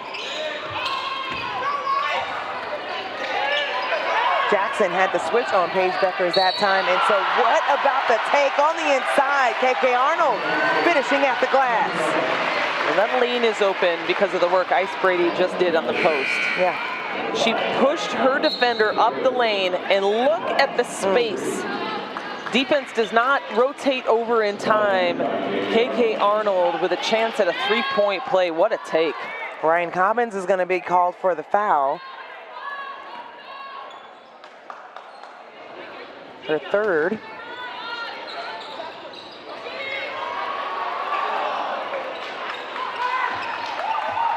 What do you want to see from the Jayhawks down the floor this trip? Well, you know I'm probably going to say Jackson, because I just love the fact that, you know, Leah Edwards still not in this game, and Ice Brady has not defended Jackson as well as Edwards did. 4 shot at the rim. The rebound and the putback by Samaya Nichols. Yeah, don't forget about Nichols. Yeah. She has been the showstopper from the 4 position, doing little things very well for this Kansas team. 12 points for Samaya Nichols. Now 4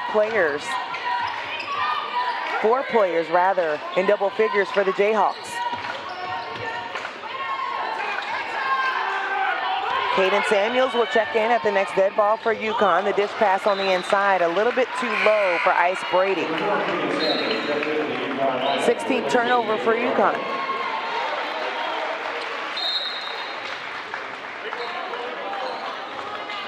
And I do believe that brings us within a media timeout.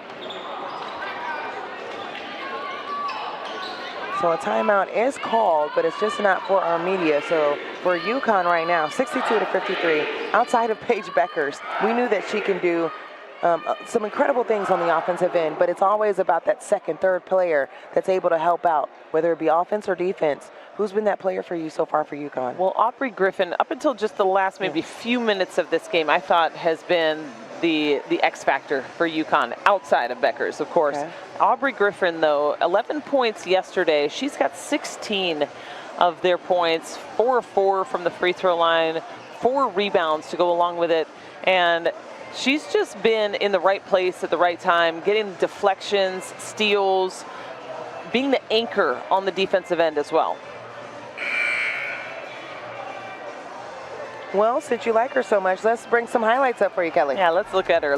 Does a good job of posting up there, pushes her defender up the block, able to get an easy look at the basket. But I just look at the hustle. Stays all over the offensive glass and gets paid for it. I'd like to say, too, just what UConn we were going to see after being, I don't want to say upset, because UCLA, this is the first time that they were able to play UConn and be ranked ahead of them. Yeah.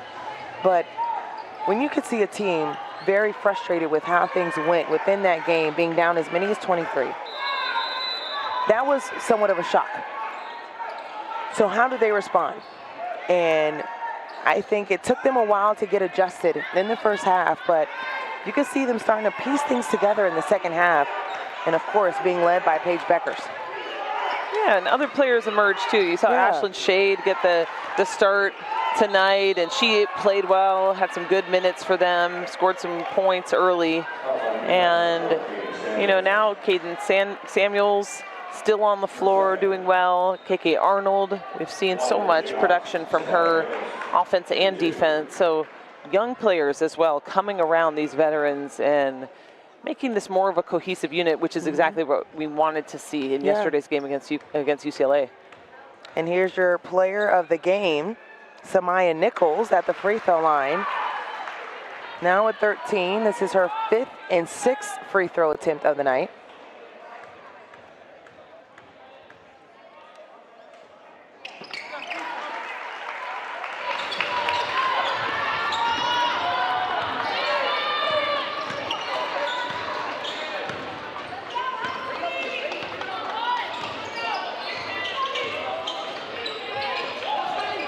You can see the deep seal by Ice Brady. That goes off the knee. She's able to track it down.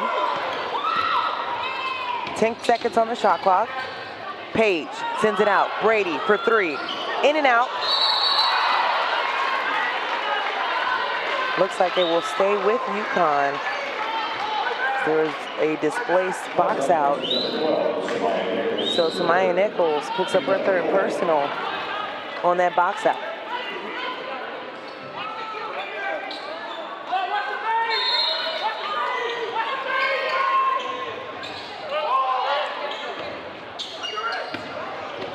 And we lost a shoe from Ice Brady. And a lot of action at the top of the key going towards it as the take to the rim by Nika Mule knocked off the leg, and it'll go back to the Jayhawks. They will stop playing, just make sure that she's able to put the shoe back on. Seems like all is well. What is it, a slip? My basketball shoes would never be able to slip on my feet.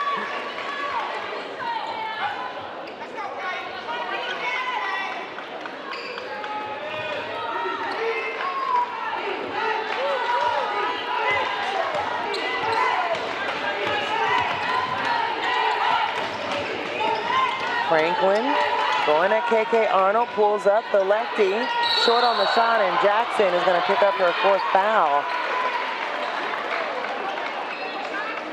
Countdown attempt on the other end, and free throws on the way now that both teams are in the bonus.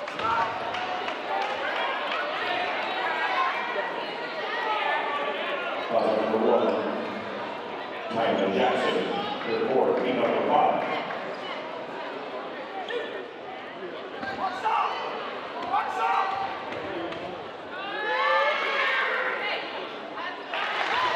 I think if there's one player that can walk away, if there's an extra award that goes to any player for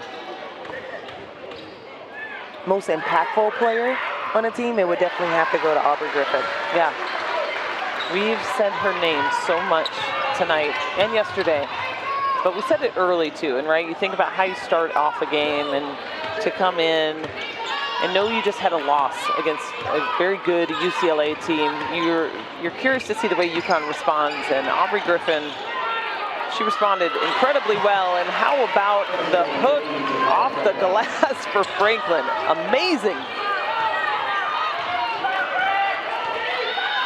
That's the third look on for Franklin, knowing that she is a lefty, but I mean, so crafty with finishing at the rim.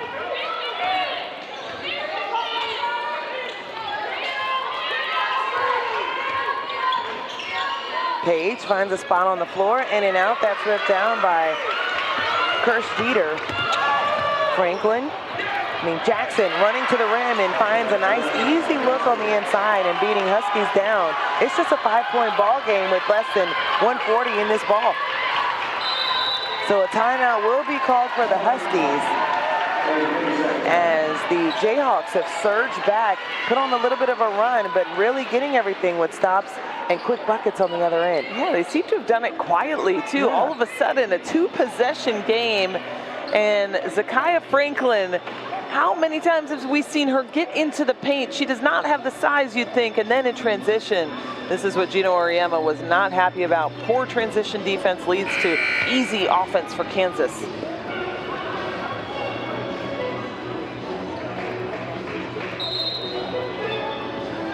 UConn is left with 1 timeout, and Kansas have 2 remaining.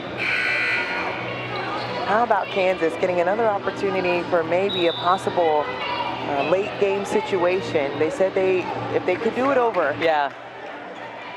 they'd want that opportunity, and they fought their way back into this one, being down as many as 13 points in the second half.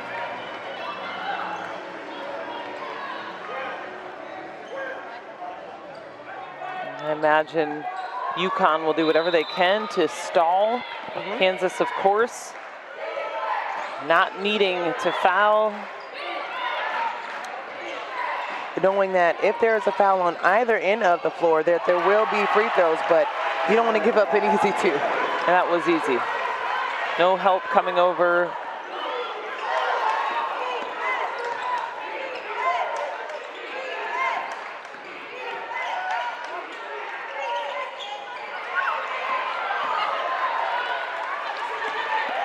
So as we're approaching the 1-minute mark, 7-point lead for the Huskies, and they'll continue to take some air out of the ball. At what point do you say, should we foul to get some extra possessions? It almost looks like they have conceded the loss, which does surprise me.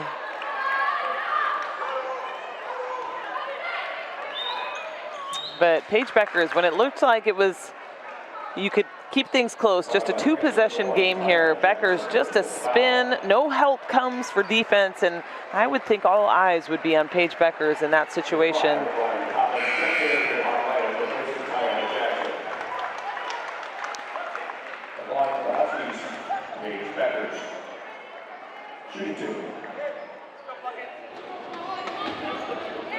So Tiana Jackson actually fouls out of this ball game.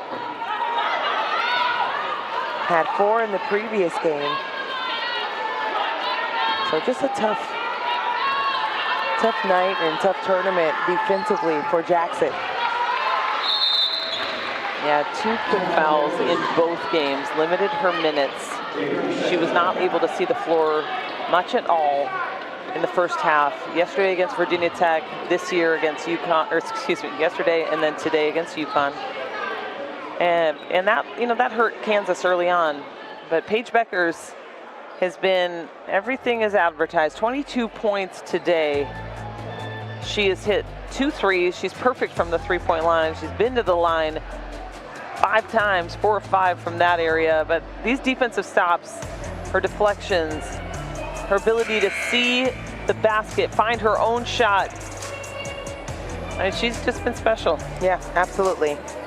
We always say worth the price of admission, but we've understood what type of player that Gino Auriemma was getting out of high school, and just so elusive, just a prolific scorer, understands what she needs to do for herself, but also a lot like what we saw in other All-Stars within this tournament, like a Georgia Amore. When to turn it on for yourself as well in others. That's the perfect example right there. It's exactly what Georgia Amore did after that very poor first half for her in terms of turnovers and lack of points. She came in the second half and was a different player.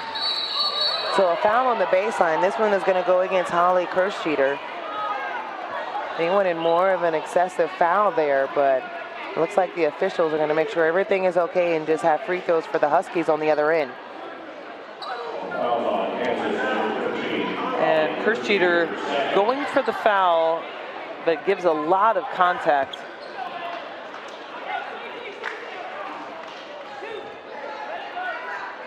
I like the fact that you mentioned Paige Bueckers' high school days. It gives me an opportunity to mention I grew up right next to her. She grew up in Hopkins, Minnesota. I'm from Edina, Minnesota. So we would have been, and she's much younger than me, but rival high schools. I love the fact that you said that you played against AZ Fudd's mom. I know, right? All right. I aged myself right there. By the way, that is a weird world. You're not there yet, but I am feel like you noted. Thank you. To know that you are watching kids of people you played against. I mean, that's when it comes. How can that be when I'm 25? You are 20. I thought it was 26, but 26. Okay. Yeah, 26. All right, Lucas Haskins, our producer. This is where we roll the highlights for the AZ mom and me. Our very own Kelly Deo. Could you imagine? That'd be great.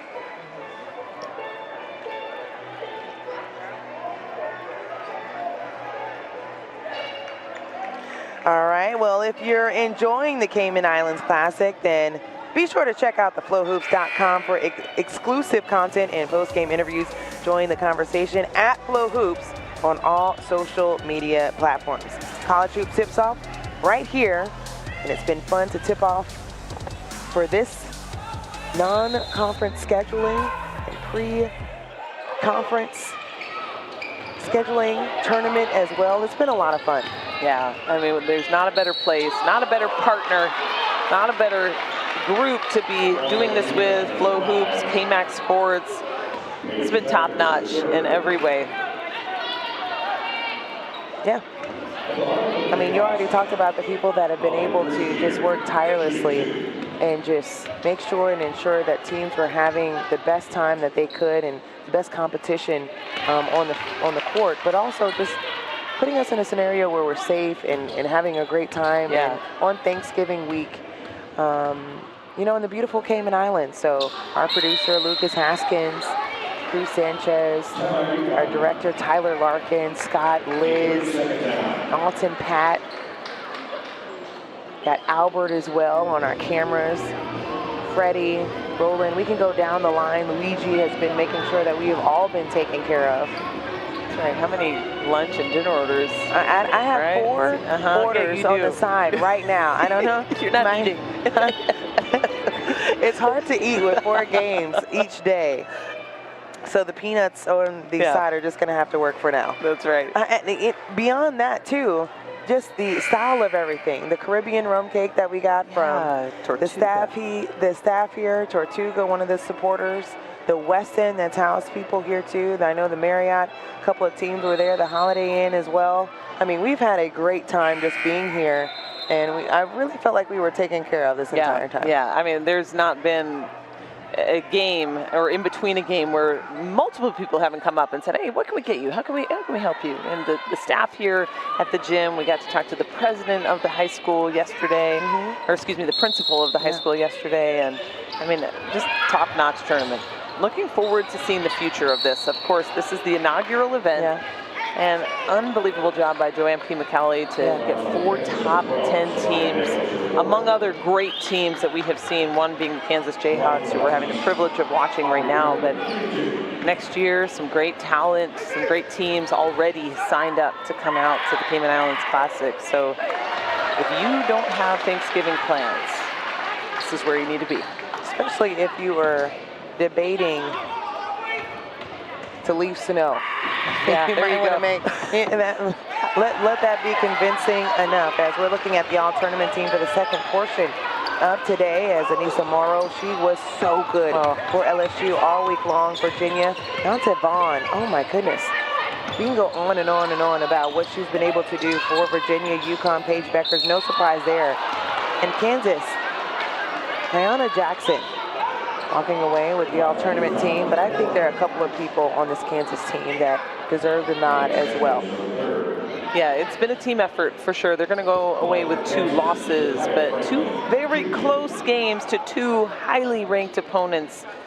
Nothing to hang your head about, and you can only get better from these experiences. I love the fact that Yanta Vaughn was on that all-tournament team. That's a player who comes off the bench, and she was explosive in her 2 games.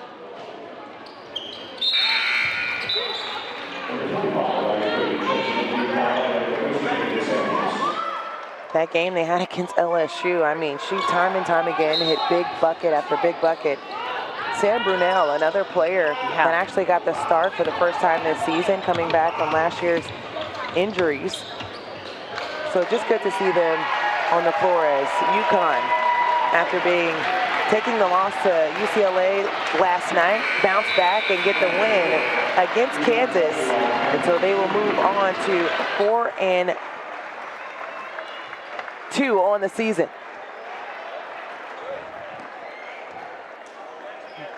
A great effort by Kansas. Unfortunate with the foul trouble early for Ayanna Jackson. I think that would have been a different game. And of course, Aaliyah Edwards, we wish her the best. She was hit in the above the shoulders in the ear area. We did not see her again after that. I'm sure just preventative, but you hope that everything's okay there. But UConn proves again tonight that they are still a great team, even without AC Fudd. As long as you've got Paige Bueckers, I think things are going to be okay. I think even down the line, you mentioned it, we know what Paige Bueckers is going to do. Hats off to Aubrey Griffin, who was outstanding for today. And also, too, you're looking at different people down the line. I mean, Ashlyn Shade in her start, I mean, didn't look like she was rattled at all. Came off to start the game and was very impressive. So it was good to see UConn get the win, because I really do feel like even in that, it's like seeing a hero. Like exposed. You want to make sure that the greats, you know, of women's basketball are like in a good standing, and to see UConn bounce back, that's good. Yeah, it really was. And you go back to that game, you know, where they do get beaten by a very good UCLA team, and I think even that was a good test for them to see where they are. Obviously, they lost that game early to unranked NC State, and you know, you learn a lot from that game. But you know, to come back and come into this tournament, they beat a very good Kansas team. So we're waiting to see if we get a player or a coach for the post game.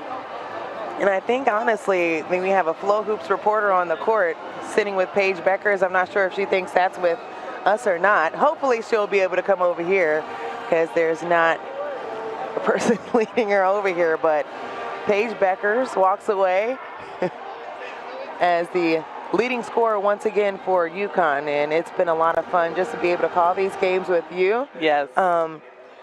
So yeah, Paige Bueckers taking pictures with everyone right now with the team, and just the family and friends she has in attendance, and obviously just being a notable person as well. We talked about all the different brands that this tournament was able to bring in as well, and Paige Bueckers is definitely one of those big names that everybody aspires to be. And seeing also the students that were able to come in yesterday, take a little break from class and say, you know what, I'm going to go back to class because I understand what I want to be. So I think we are going to get Paige Bueckers on the line. It's for you, sister. Hi, I mean, I don't know if this is padding or just like a body wrap. The amount of times that you were on the floor throughout this tournament, you know how to use this. Don't Can you hear us today. Yeah, I can hear. So we got Paige Bueckers with us after scoring 31 points in their loss yesterday to UCLA. Now you bounce back, you get the win, and it was a very interesting start to the game. You were on the bench the first half, and so I know that you were able to coach a little bit in the summer as well. You put on your coaching hat, you came back in the second half. What did you see that you wanted to be different and impact the game like in the second half? I think in the third quarter we started to get into passing lanes more, Okay. not let them get into their offensive flow. They have a really good offense. It's a lot of ISO and attack. So the more we denied those passes and didn't even let them catch it, I think they didn't get into the flow of their offense, and we got easy transition buckets. Paige, you have a difficult game against UCLA, right? Team that's number 2 in the country. You knew it would be a battle, and obviously you guys came up short, even though you had an incredible individual performance. What do you feel like you learned about your team, or what did you take from that loss to move you into the game today? I think just the importance of confidence in each other, in ourselves. Nobody can give you confidence. You got to dig deep within to find it yourself. And when we practice, coaches on us, coaches like the environment, coaches you miss 5 shots in a row, can you make the 6th one? So it's just responding well to that. I felt like we got a lot of great shots against UCLA. We just didn't knock them in. So just trusting and believing in our work. We work extremely hard, and just having the confidence that the work is going to pay off. I think Coach is really investing in the youth that you have on this roster as well. We saw that for the first time, Ashlyn Shading getting the start today, and then we saw KK Arnold getting the start yesterday. But I mean, it's about the other pieces that are able to step up. And Aubrey Griffin, if we could give more awards for all-tournament team, I feel like that's one of the names that people should know going forward. Yeah, I think she's the most underrated person on our team. The way she does the little intangibles, the little glue stuff, the stuff that doesn't show up on the stat sheet. But I mean, her rebounding today was incredible. The way she knocked down her free throws at the end of the game, and just her aggressiveness. We're a much better team when she's aggressive and she's doing all the little things. And she's a huge key piece to our team that I don't think gets enough credit for. Well, thank you for just letting everybody know more about Aubrey, because she's been absolutely fun to talk about in this day. So safe travels back. I know you guys got a really interesting and fun schedule coming up, so just happy to see you back on the court for sure. Thank you, appreciate it. And you're a bad woman. It's really nice to see you out there on the floor. So I appreciate that. I appreciate it. I missed it. Thanks for joining us, and we'll see you on the other side with everything else down the line. So that'll do it for us here at Flow Hoops. For the inaugural women's tournament, it's been a lot of fun here in the Cayman Islands. Good to see you, Paige. And it's just fun when you can see, you know, women that care so much about the game, giving back, how she spoke so highly about her teammates as well. Yeah, you love that. And she said the most underrated player on her team. That says so much about what she sees in her, calling her up to greatness. We see it now. I don't think she's underrated anymore. I mean, this has been so much fun as we bring this to a close. 8 games in 2 days. We got through it. Here we go. Thank you for bearing with me through a voice that I'm not even sure how it's talking right now, but it's been so much fun. To our team on the other side, Flow Hoops, taking care of the camera, Liz, you right there. It's recording us as well. We've had such a great time. To all the staff here with the Cayman Islands Classic as well, we really do appreciate you letting us be a part of it, and we'll see you next year.